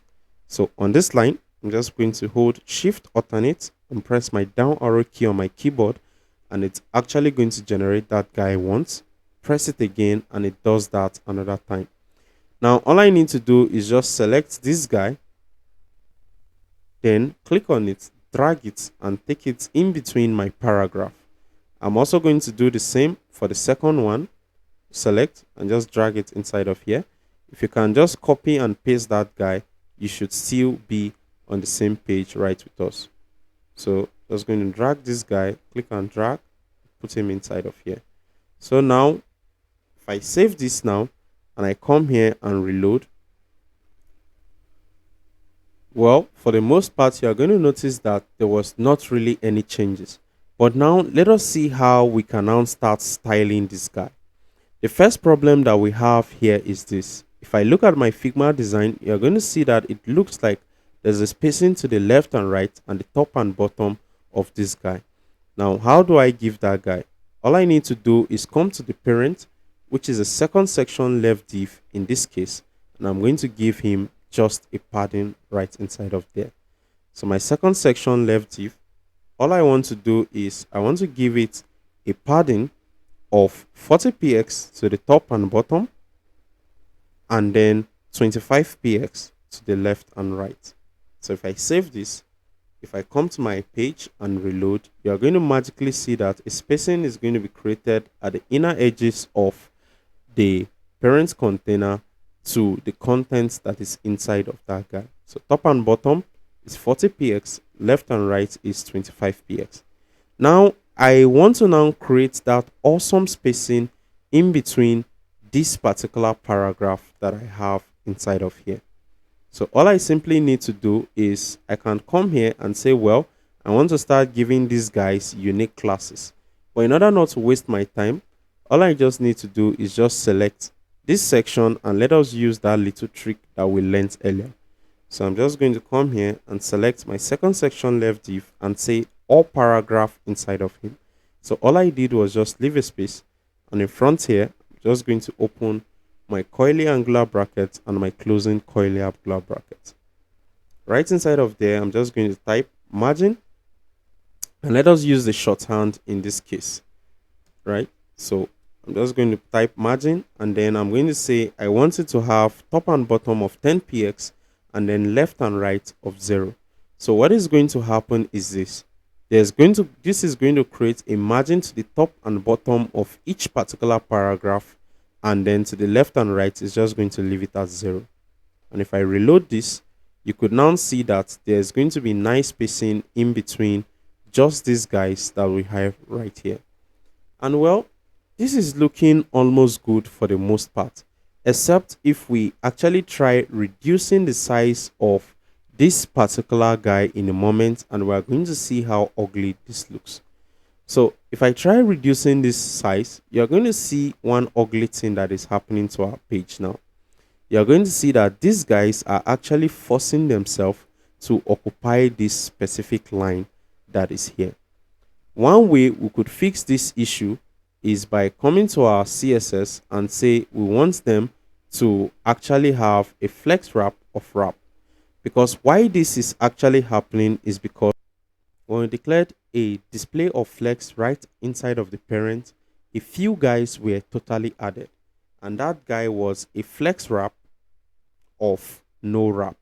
And that is the main reason why when we try to shrink this, when we try to reduce the size of our particular browser, these elements are actually just struggling to reduce their particular width that has been given.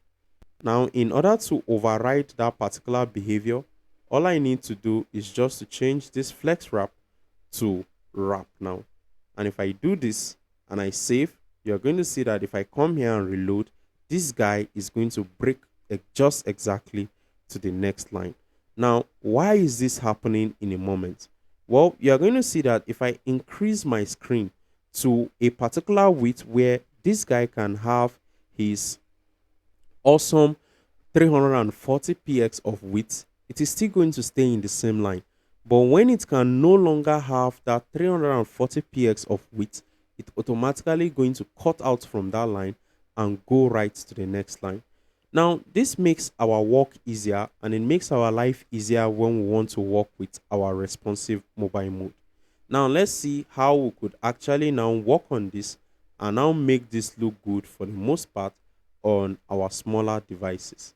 So I'm just going to make it full, so I can right click on here and say inspect. Now, if I inspect that guy, I can now choose to preview this on an iPhone X. Well, this is actually just an illusion right now that is making it look like it is perfectly just at the center. Let's look at that guy on a larger device, like something like a Galaxy S20 Ultra. Now, if I look at this guy on a larger device, automatically I can see something happening here. And what is happening is that this guy is not perfectly at the center of this other column that I have just at the top here. And one of the reasons for that is if you look at our particular style, we have specified that the right div should have a margin left of 20 px. So we are going to now remove this margin left in the mobile mode. So all I need to do is go to my mobile.css, and we want to still type inside of this media query, right? So you're just going to see where this first section ends, and then you should consider leaving a space, but do not mess with or delete these closing curly brackets that we have right inside of here. Now, because we want to now work inside of the second section, all we need to do is go back to our defaults.css and copy this second section comment, so that it's going to make it easier for us to just come inside of there and just type in our code. So when there's a problem, we actually just go inside of here and try comparing it with the final output and just quickly fix our issues. So right inside of this second section, the first thing we want to do is this. We want to select our second section right div and quickly just remove that margin left that we give to him. So I'm just going to paste it right here. Going to close him and then say our margin left of 0. So if I do margin left of 0 now, in our mobile devices, this right div is no longer going to have a margin of 20 px. And if I reload now, you should see that this guy should be perfectly at the center of the guy we have at the top. But this is nowhere looking like what our Figma design specified. If you look at this now, you are going to notice one particular thing here.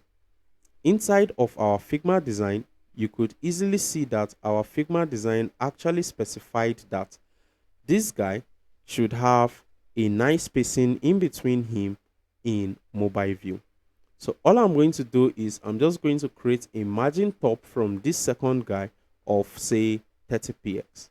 Just going to come to my code and just come here and say I want it to have a margin to the top of 30 px. If I save that guy and I come here and I reload now, you should see that nice spacing happening just right here. Now, this is looking all good and fine except for a few problems. If I preview my project on an iPad, this is the view that I'm going to have. But when I preview that guy on a Samsung S20 Ultra, it is now going to have this awesome view. Now, you could see that this media query that we have declared here makes it easier for us to readjust the given CSS properties that we have written for our desktop mode specifically. And then we are now having this nice, awesome feel and look that we have here.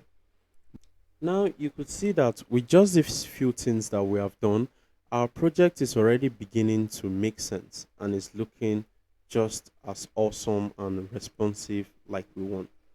Well, let us quickly move to the third section and see how we could also build the third section. So if I come to my Figma design, you're going to see that almost the same thing is the trick that has been done. So just as usual, we just have a parent container that is going to be housing these two divisions that are going to be placed side by side of each other, right? And then they are going to be perfectly justified to the center, and then they are going to also have that nice padding. So let us quickly do that, because if you see just right inside of this particular Figma design, I've specified the width that we are going to need, and the width is going to be 340 px and the height is going to be 460 px. And you are going to see that they look like they also have the same width and height, so this should make it easier and faster for us. So all I need to do is go to my HTML now, and the same thing still applies. If I click on my second section division, it is going to show me just right where that second section ends. And all I need to do is just press a space right inside of there so that I can now go right here and create that my division. So I'm just going to say div dot third section like we have learned, and if I press enter, it is going to create that particular division with a class right off of third section. Just going to leave a space inside of it, and inside of here I want to create those two divisions that I need. So let me show you one more shorthand, and that shorthand is div dot. I can now write the name of the class that I want. So I want third section, and I want my left div. But what I could actually do now, I can now introduce my multiplication sign and put 2. And what is going to happen is that this is actually going to create two divisions with that same class.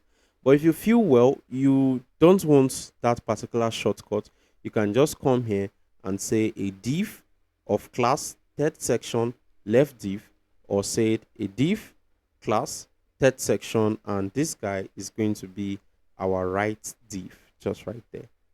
And if I save this, if I come to my page, just as we always do, if I reload, you're not going to notice any reasonable changes there unless we actually give those guys a border inside of our CSS file. So I'm just going to go right off and select him. But before that, if I check my style.css, I only have second section ends here. So let's quickly just copy the third section and the footer just once, so that it's going to be easier for us to just tie them. So I'm just going to copy that and bring him right inside of my style.css. So I'm just going to come here and paste him just right there. The first thing I want to do is come to my HTML, and then my third section, I just want to select him.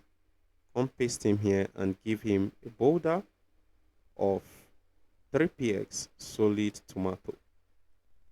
Oops, lot of spelling typos there.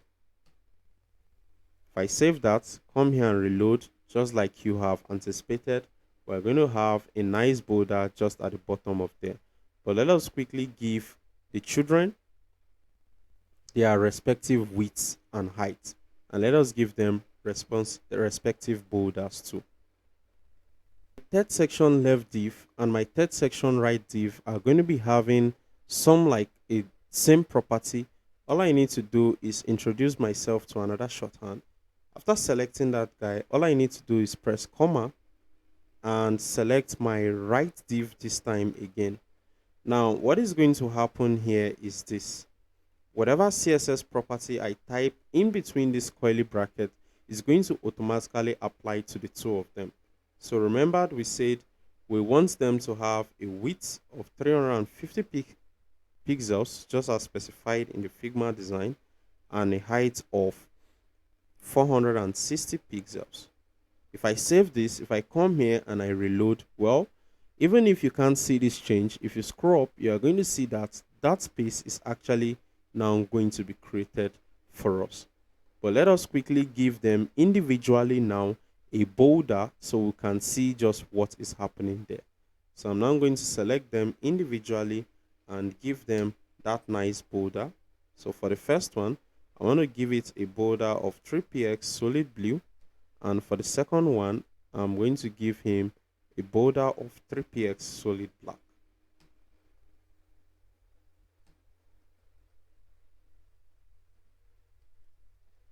And just as you must have suspected, if I reload, you are going to see that they are actually stacked on top of each other simply because they are block level elements. So remember our little trick, just come to the parent and say we want them to have a display of flex. And remember, that guy is going to magically add a flex direction of row. And we have this guy positioned in the row. So remember our little trick. In order to move this particular element to the center, since it's in a flex direction of row, all we need to do is just come here and say justify content center. And if we type that and we come to our page and reload, we're going to see that magically those two guys are going to be in the center. And quickly, let us quickly create that nice looking illusion that is going to look like they have a spacing from the top and to the bottom. To do that, I'm simply just going to give the parent, which is the third section, I'm going to give it a padding top and bottom of 50px, left and right of 0.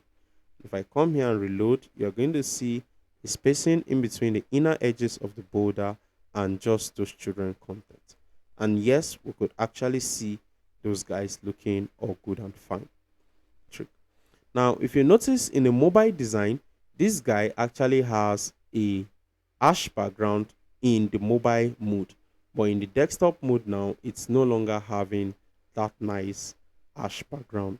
So let us quickly just proceed to how to add our image now in this case. Now, for you, you might decide that you want to add this image using the HTML image tag. Whichever way you use, you are still going to arrive at the same result.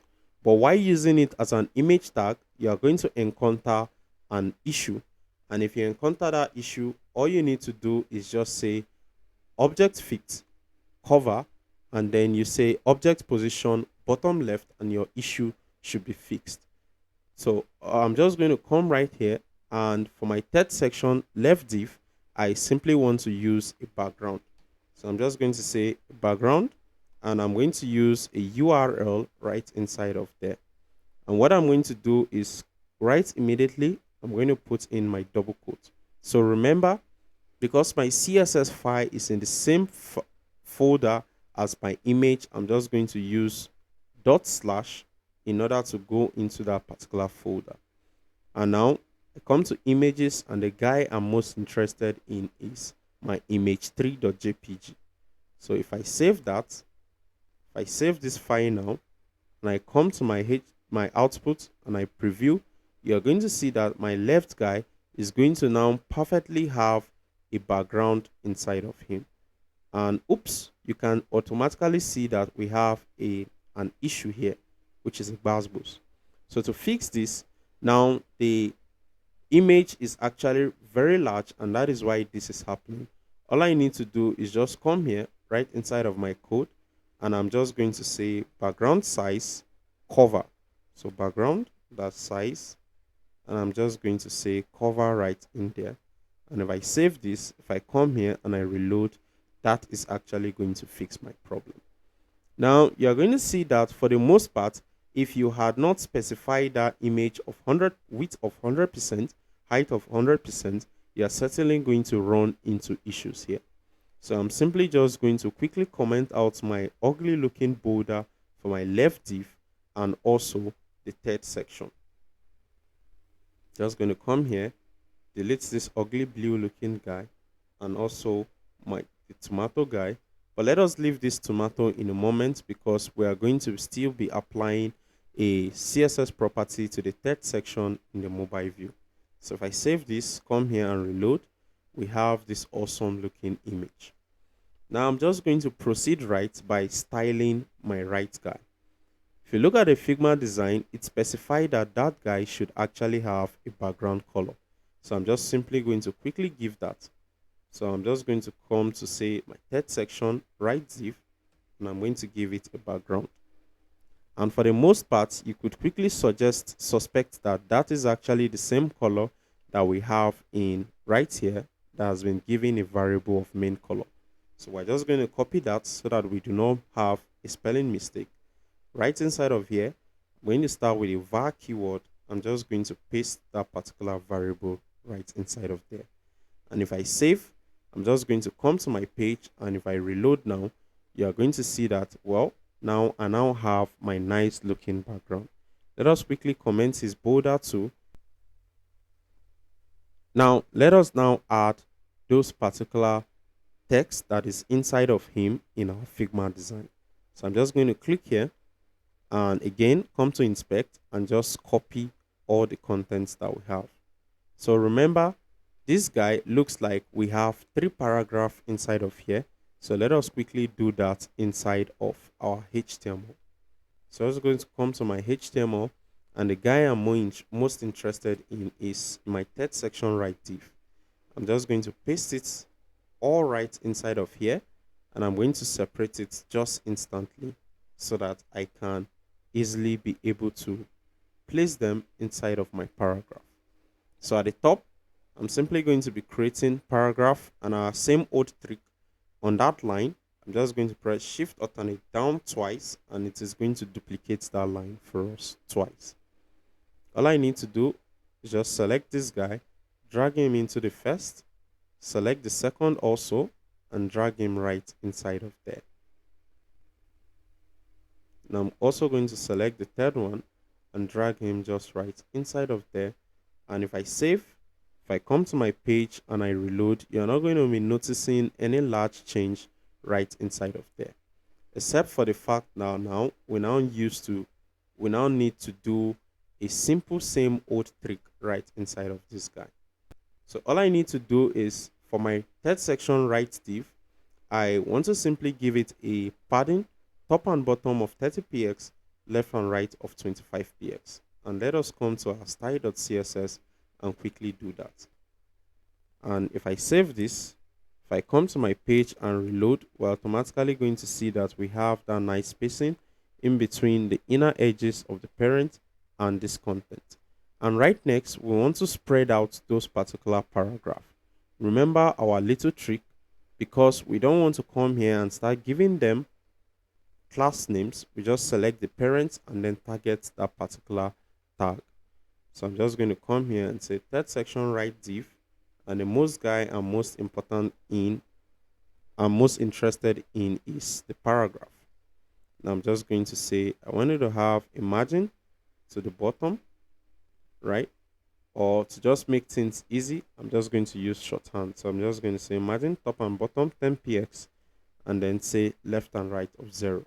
So if I save that, if I come here and I reload, we're going to have those nice spacing in between those guys. So now we still have another particular issue now. And what is that issue? you're going to see that if you actually try this guy now, you're going to see something. If you increase the width, it is going to increase, but if you try reducing the width, it is going to try forcing this particular element in order for them to try occupying just one line. Now we want to stop that behavior simply because you know that that guy is actually because of our flex wrap that has been set to no wrap by default by our flexbox.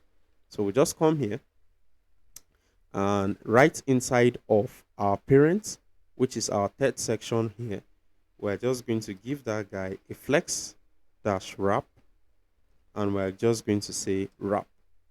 So flex property of flex wrap and a flex value of what? Wrap. So if I save this now, if I come here and I reload now, you're going to see that if I reduce the particular width to something that it's not going to allow them to have their individual width of 350px, they are automatically going to break to the next line. Now, this makes it easier for us. If I right click and I say inspect, and then I come to choose to view this guy inside of a mobile mode of maybe say iPhone 12, you're going to say that, well, this guy is looking almost awesome for the most part, but I just want to do a few changes. And what are those changes? I want to create a spacing between this guy, right? And I also want to give the third section a background of that nice gray color. So let us quickly do that inside of our mobile.css. Now note, all we are typing should be inside of this media query. And just like we have actually suspected, our media query is ending right here. So I'm just going to come here and give it a space as much as I can so that I don't mess things up in my code. So I'm just going to come to my default.css and I'm going to select my third section and just copy him right over to my mobile.css. So if I paste him right here, what are the things that I want to quickly do?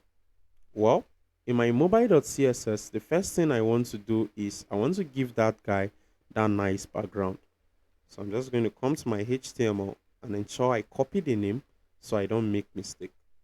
So I'm just going to come here and say background.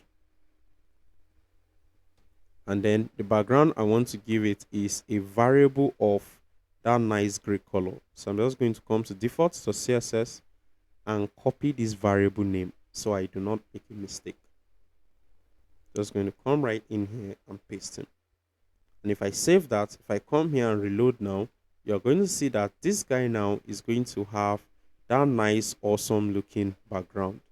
So now I can now comment out this border that I've declared right in my style.css.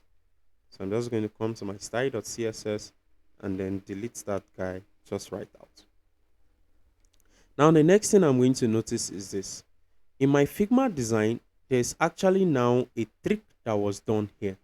And that trick is now that they want us to display the text guy first, right? Before displaying the image.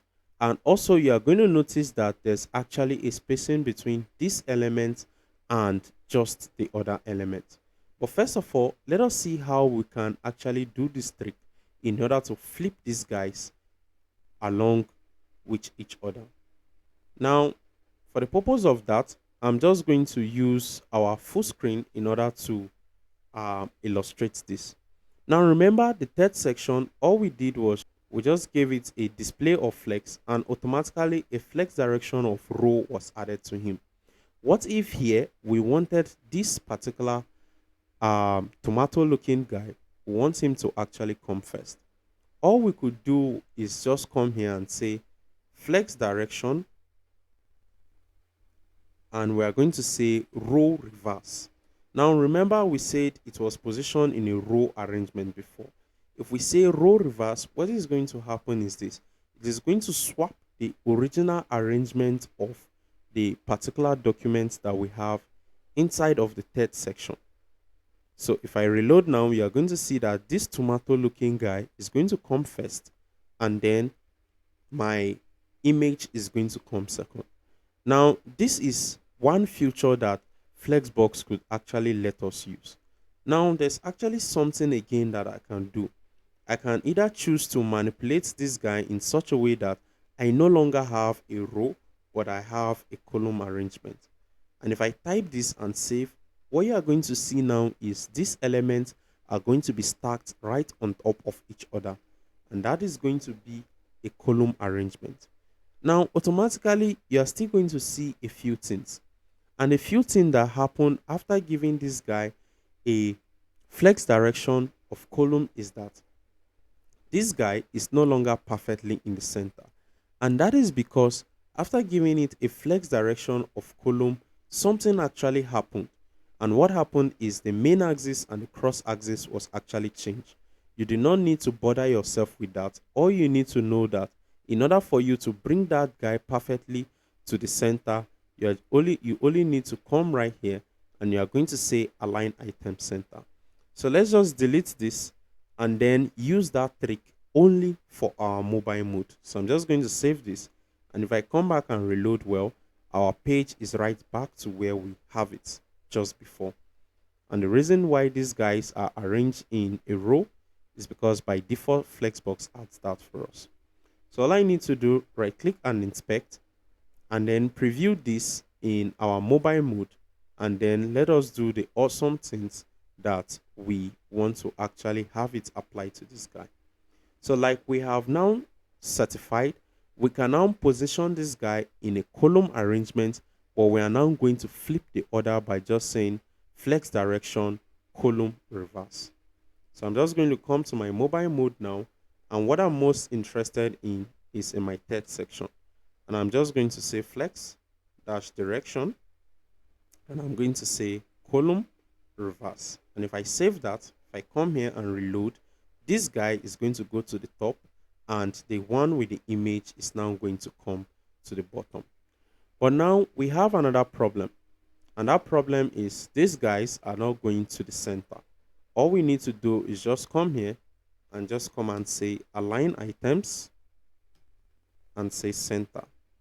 And if I save this now, if I come here and reload, that guy is perfectly going to come to the center. Now we are still going to be treating Flexbox together, where we are going to talk about these guys just extensively, and you are going to understand all you have really done just right inside of here. Now the next thing I need to do is, this is looking just as awesome, but I need to create a spacing between this guy and this guy. And just as you might have suspected, I need to select the guy with the image and then just give it a margin to the top of 30 px. And we come right into our HTML. Who is that guy with that image? It is actually our third section left div. So I'm just going to copy that and then come to our mobile view, and then let's quickly do that. So we're just going to select him and say margin to the top, and we want to give it a margin of 30 px. So if I save that, if I come to my page and reload now, you're going to see that in my mobile view, this guy is going to have a background, and also it is going to have this nice spacing in between.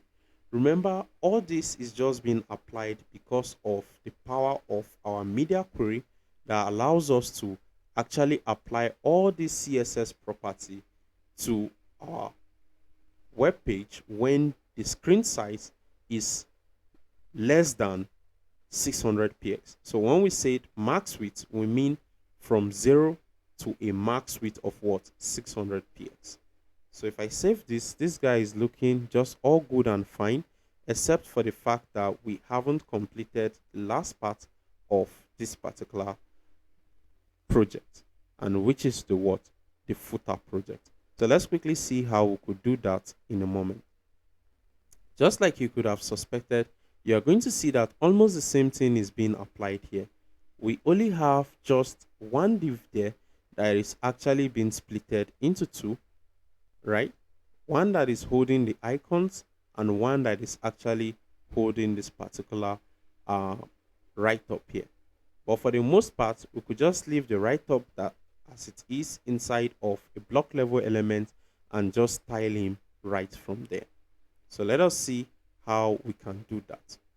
In order to do that, all I need to do is just come to my HTML and right immediately, I'm going to introduce us to a new HTML tag, which is called the footer, right? So again, in order to see where my third section is ending, all I need to do is just click on the division that starts that line, and automatically you could see that Flexbox is highlighting just where my third section is ending. Now I'm just going to come right here and press enter right after it. And now I want to use a particular division and just call it footer. So all I need to do is when I click on this third section, it is actually going to show me where that third section is ending. And then I'm just going to come right under it and then create my div that I'm going to call and give a name of footer. So I'm just going to say div.footer, and that is going to create a division with a class of footer instead of having me to come right in there and type it. Now the first thing we want to do is let us populate this guy to the left. And if I click on him, go to inspect, I can come here and copy that right up. Now if I copy that right up, what I want to do is inside of here, I'm going to actually place that right up inside of a paragraph. Now if I do that, I'm just going to paste this. Now please, this place that says this name, you could consider changing this name to your particular name, right? Because you are the one now building this particular project. And if I save this, if I come to my page and reload, I'm just going to put this back to our desktop mode that we love. And if I reload now, you should now see that particular right up right at the bottom of our screen.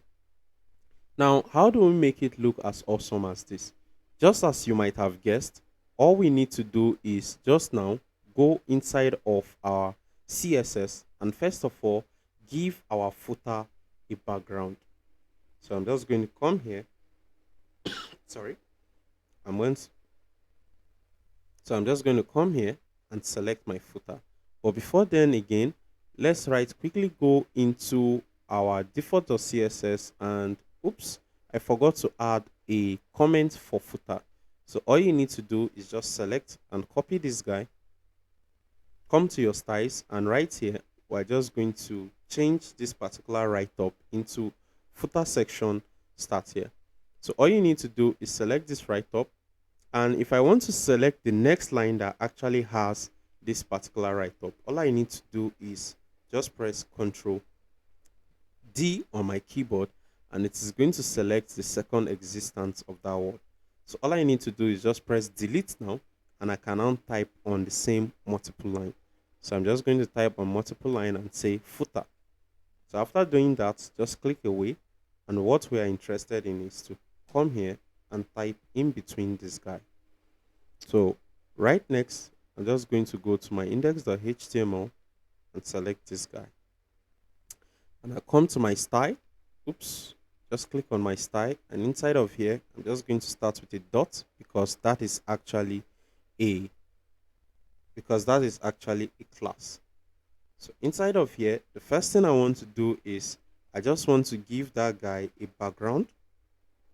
And just as you suspected, that guy is actually having the same color as our main color. So you could choose to type this, but because you have actually typed it over and over in your Visual Studio Code is actually going to make a provision for that guy. So just click him. Remember, your var keyword has to be intact for this particular color to work. So I'm just going to save this, come here, and if I come to my output and I reload, I should now see that that guy should have a nice background. And if I go over of it, well, now that guy is having a nice background. But this doesn't look anywhere near what we have in our Figma design, right? So how do we make that work? Well, I might simply just want to quickly go to my footer and I want to add one more guy. And that guy I'm interested in adding is just come here and say, I want to give it a padding of 20 px to the top and bottom and 0 to left and right. And if I do that and I reload, you are going to see that now this looks even more big and nice. Now, let us see how we can actually utilize these particular icons inside of our project. Well, in order to do that, guy, you could automatically suspect that it seems these guys were actually grouped. So just as you have guessed right, we're simply just going to create a particular division for them where these icons are going to stay so that we can quickly just get our design right from onset. All I need to do is just go right into my code, and in my HTML, I'm simply just going to come right below my paragraph right there, and I'm going to create a division. And that division, I'm just going to name it footer icons. I'm going to name it footer icon container.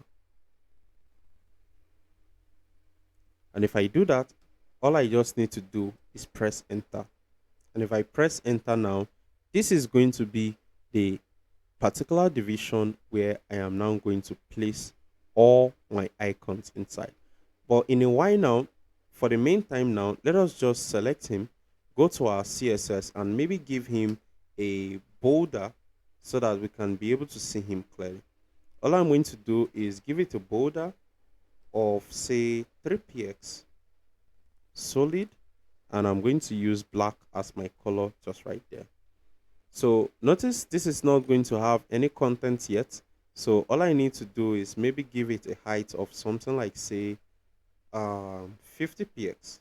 Let's give it a height of 50px. And if I save, if I come here and I reload, you're going to see an issue. And the issue is this: the paragraph is a block level element, just the same way as my division. And that is why they are also not agreeing to stay on the same line. So I'm quickly just going to give this footer container a width. And the width I've chosen for this case is, I'm just going to use something like say 200px. And if I save that, if I come here and reload, still they are not going to agree to stay on one line. So how do I actually make them to stay on one line?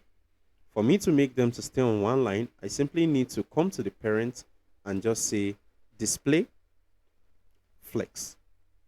And if I save that guy, if I come here and I reload now, these two guys are going to be on one line. But well, I'm still going to be having a problem here. And the problem is, if I look at my Figma design, it's actually specified that they should have this awesome spacing right between them. So how do I make that to work? All I need to do is just come here and use a CSS property called justify content, and I'm just going to say they should be spaced evenly. And if I save this now, look at what is going to happen.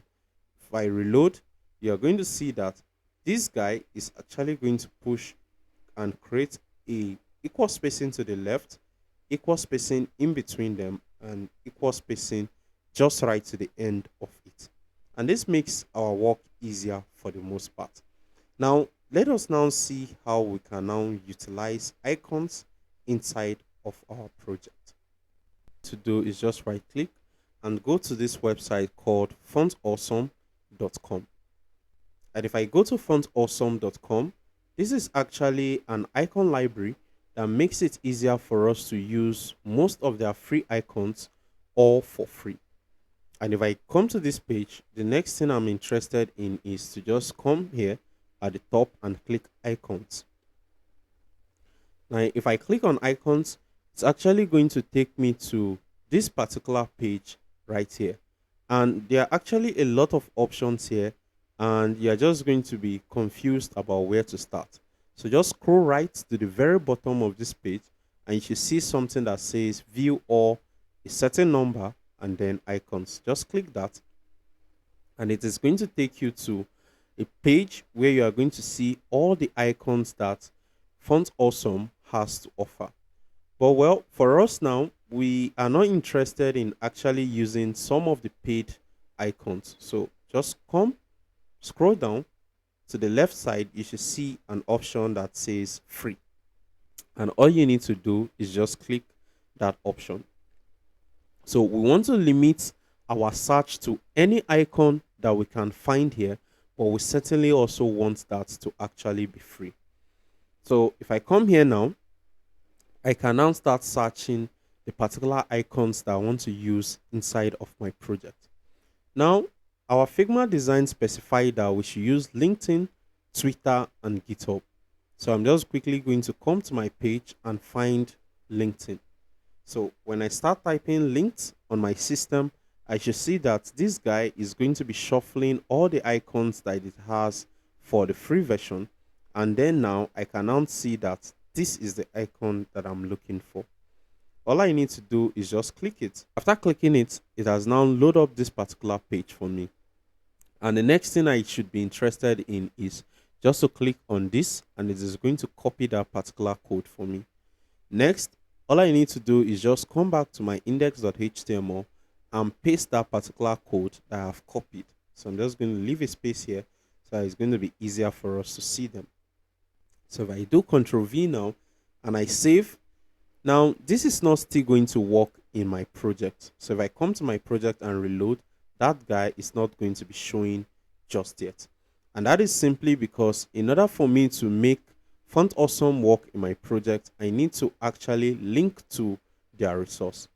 And if you notice in your starter file, you're going to see that I've actually downloaded a Font Awesome file here in order not to bore you with or make this video too long for you to watch.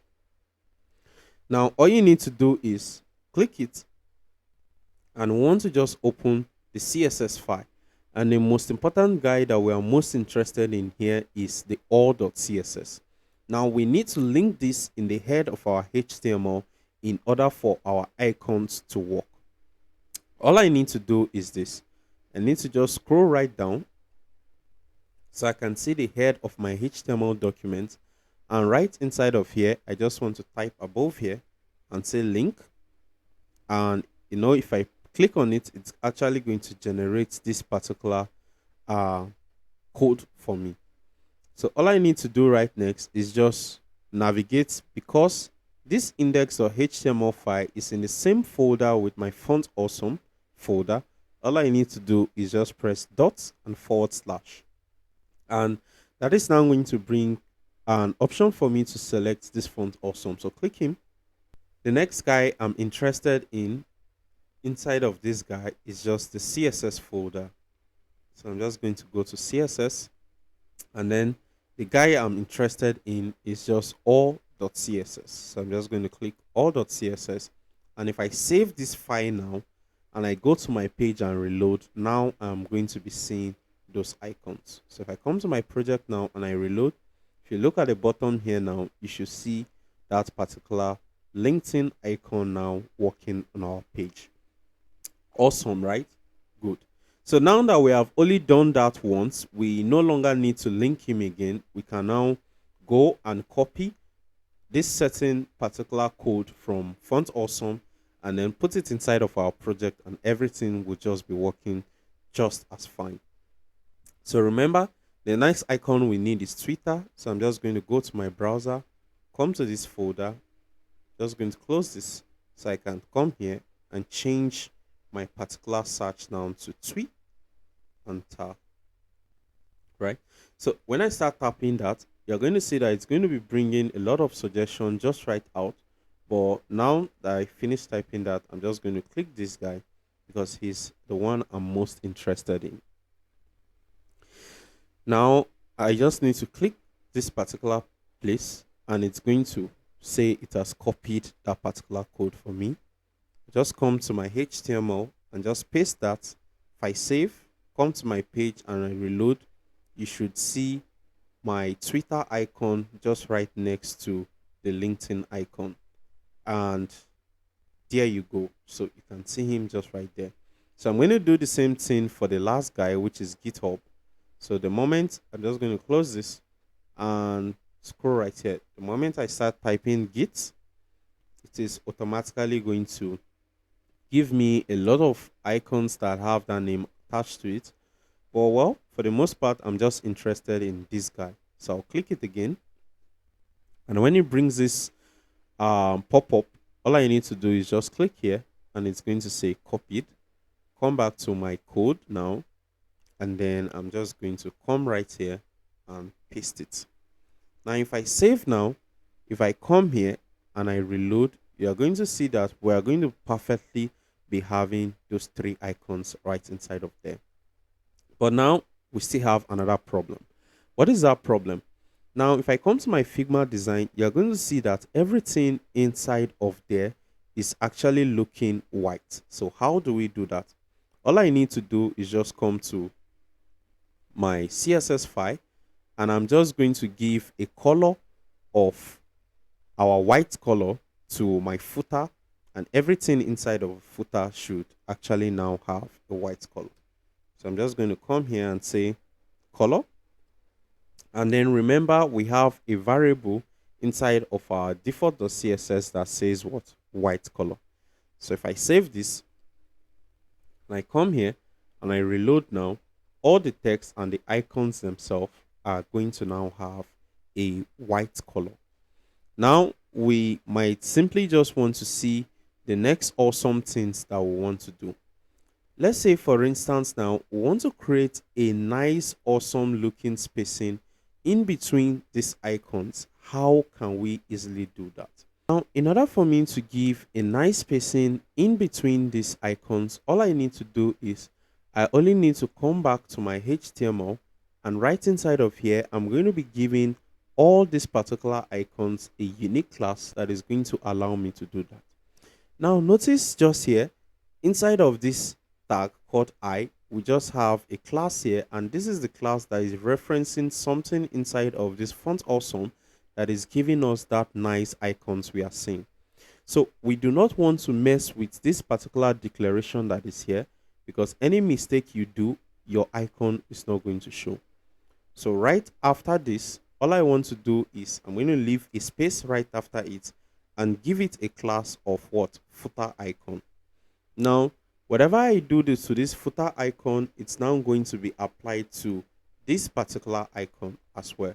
So I'm just going to copy this and give it to the remaining part of this icon so that they also have that awesome style that I'm going to give to my font awesome. So notice I am not messing. Oops, I've messed with that guy. All I need to do is just press Ctrl Z on my keyboard.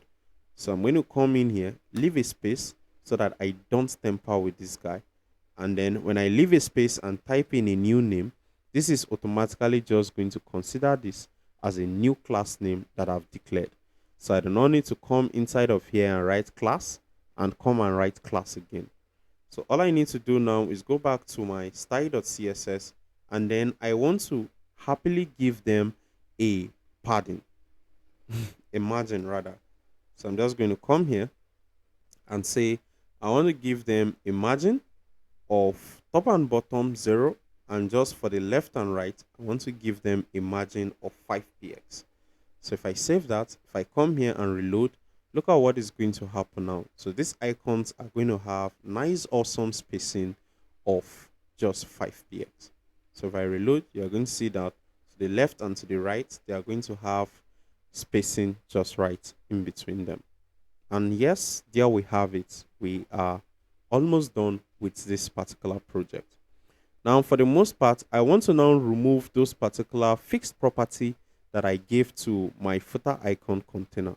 And what are those fixed property? I gave it a width and a height. Let us quickly just remove that so that we are left with just our border. And what is going to happen is this. It is just only going to simply wrap around its content now.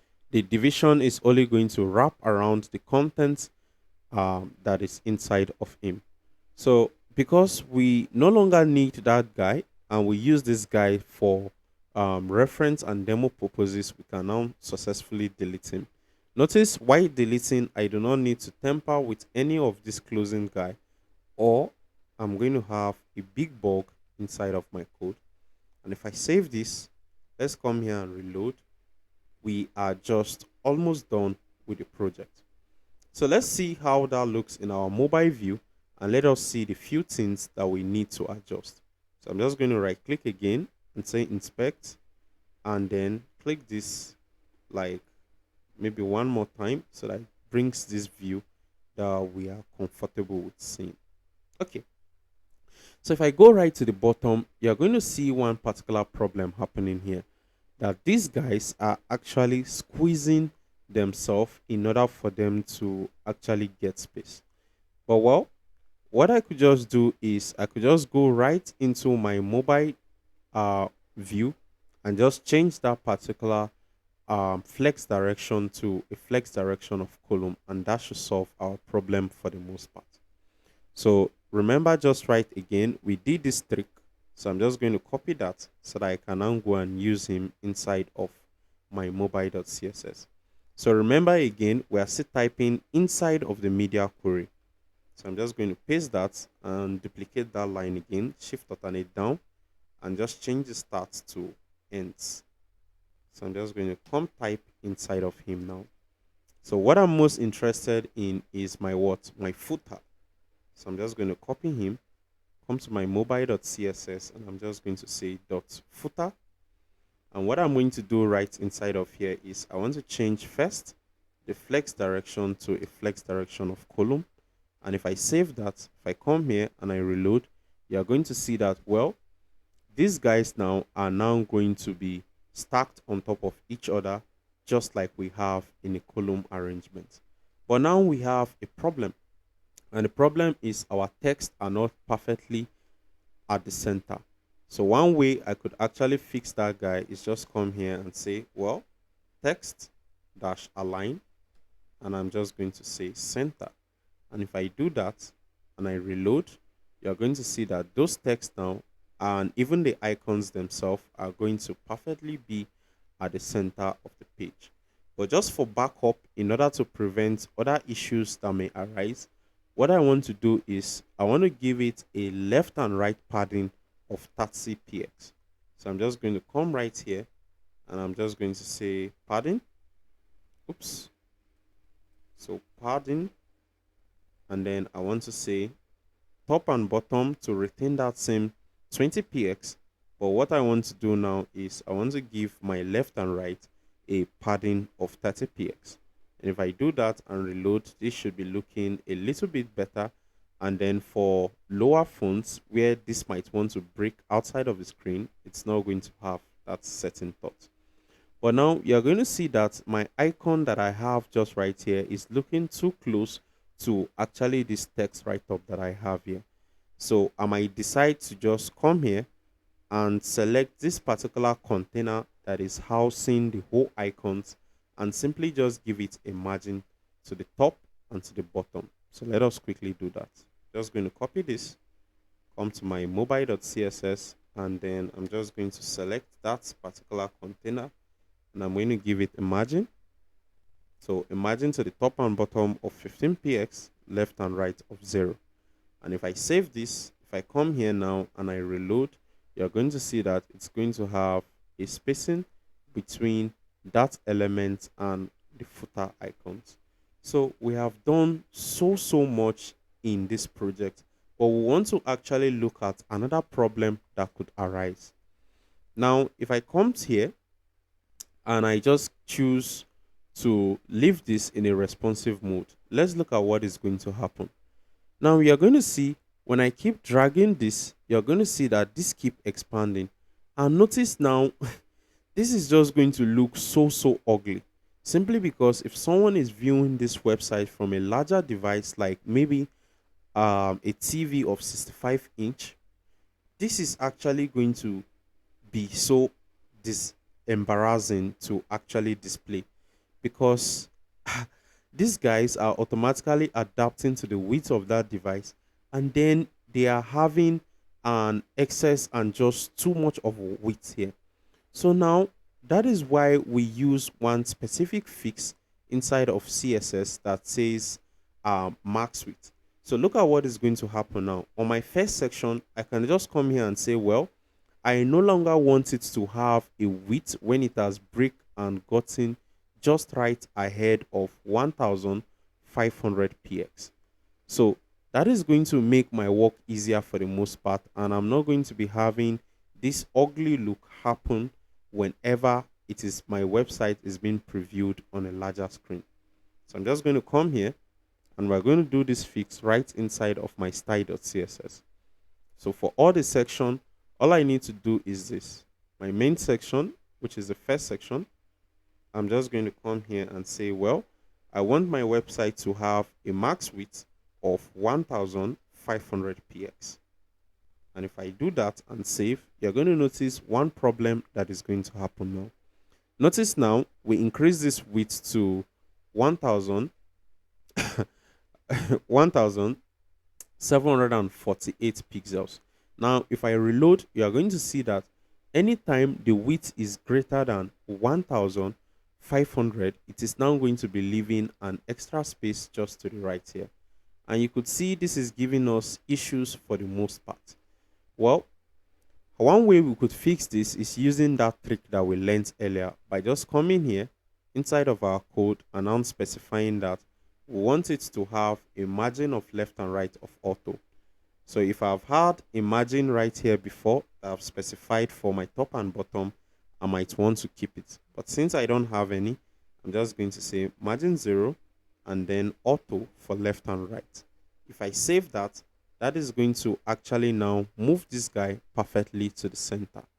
And if I reload, this guy is now going to go perfectly to the center. So we just want to add that line of code to our second section, third section, and footer, and that should prevent that issue from happening. So whenever our website is being previewed on smaller device, they do just well, right? And when they are previewed on larger device, we are simply just going to stop at 1500 px and just keep expanding the page but limit ourselves to this nice awesome view. So let's just quickly just add that and then we are done with this project. We are now going to see how we are now going to host this particular project on Netlify. So all I need to do is just copy this line of code. So I'm going to be adding it to second section. So I'm just going to come here. Where's my second section? It starts right here. So I'm just going to add those two lines of code there. I'm going to add the same thing to my third section, right? So my third section, just going to click right inside of here and add it. And I'm also going to add that to my footer. So that makes it easier for me to predict certain issues that could happen on larger screen. Now, if I save this now, this is all good and fine. And if I come and reload, well, my project is just looking just as awesome. Now, let us see how we could actually, oops.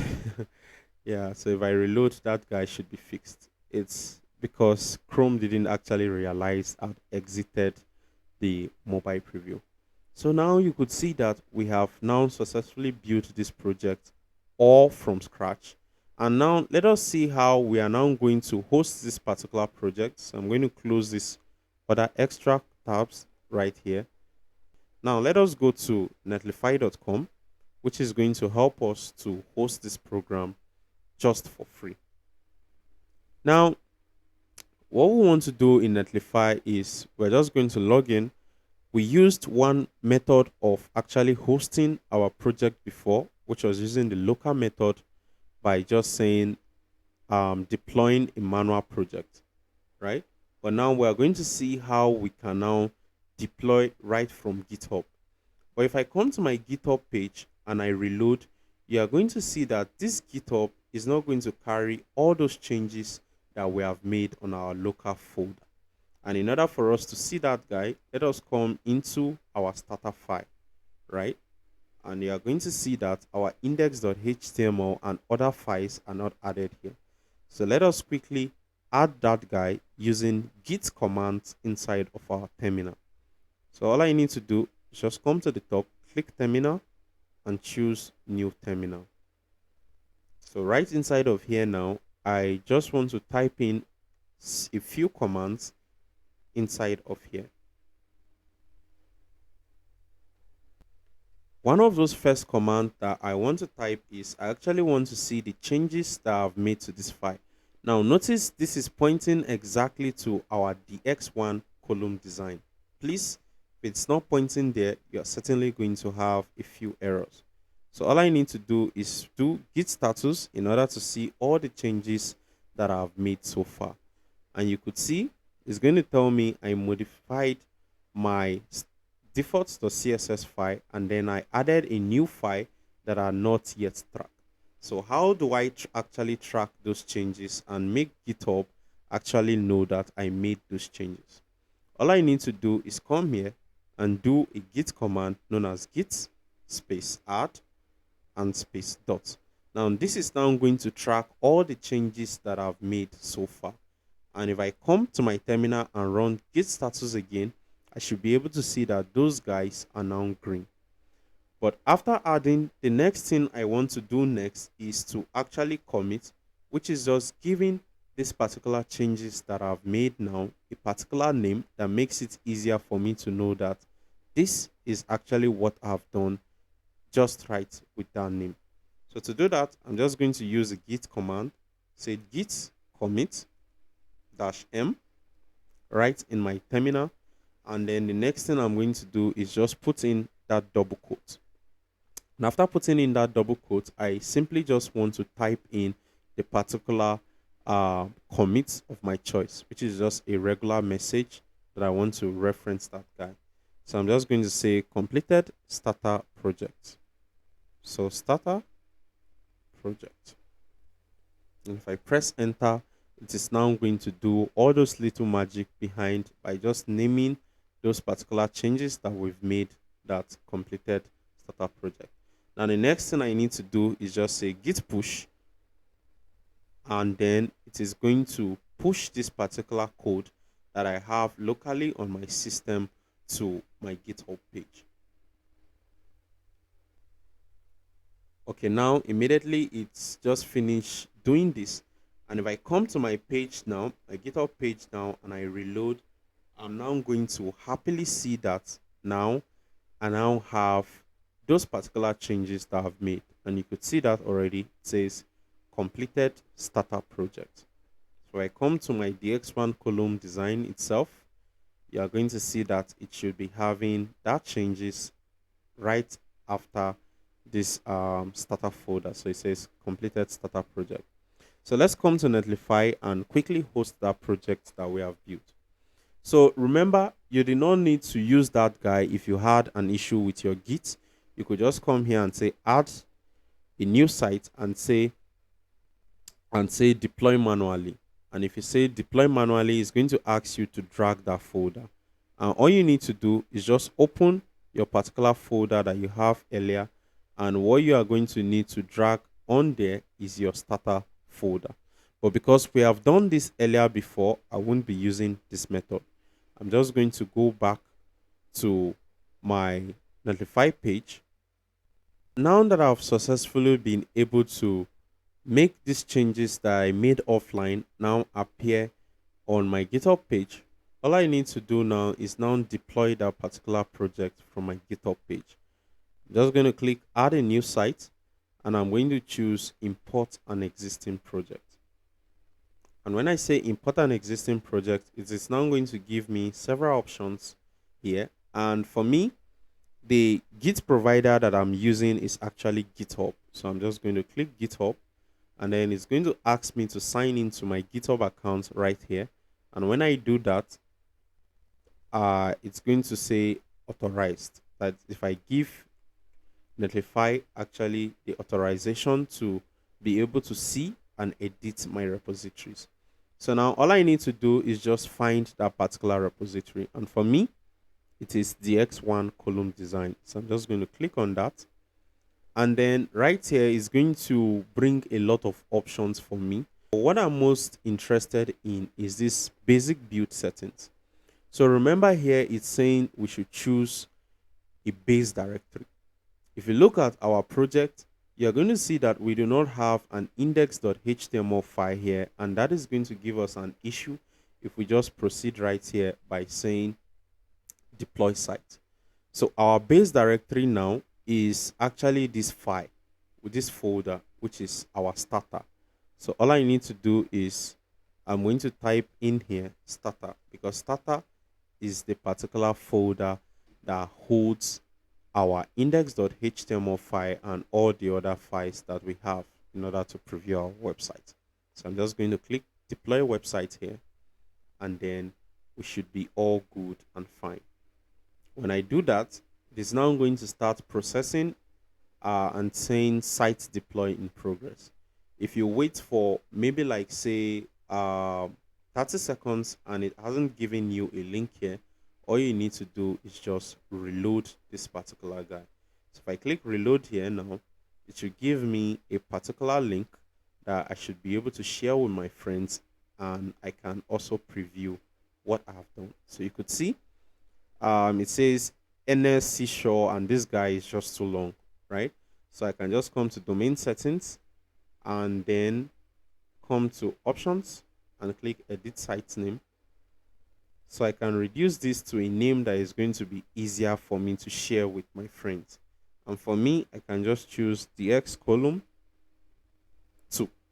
So if I click save, that should just work it just exactly. So anybody I give this link, the X column 2, is going to now be able to preview my website. And now this is how you simply just host a particular project that you have deployed to GitHub. This is how you deploy it to Netlify, and then you can now share these particular links to your friend. So I hope you enjoyed this tutorial, and this is actually so long and we have done so much right inside of here. So if at any point you have an error or issues, please do not hesitate to let us know in the Slack channel or leave a comment down below this video, and we'll be happy to help you. So see you in the next video. Silhouettes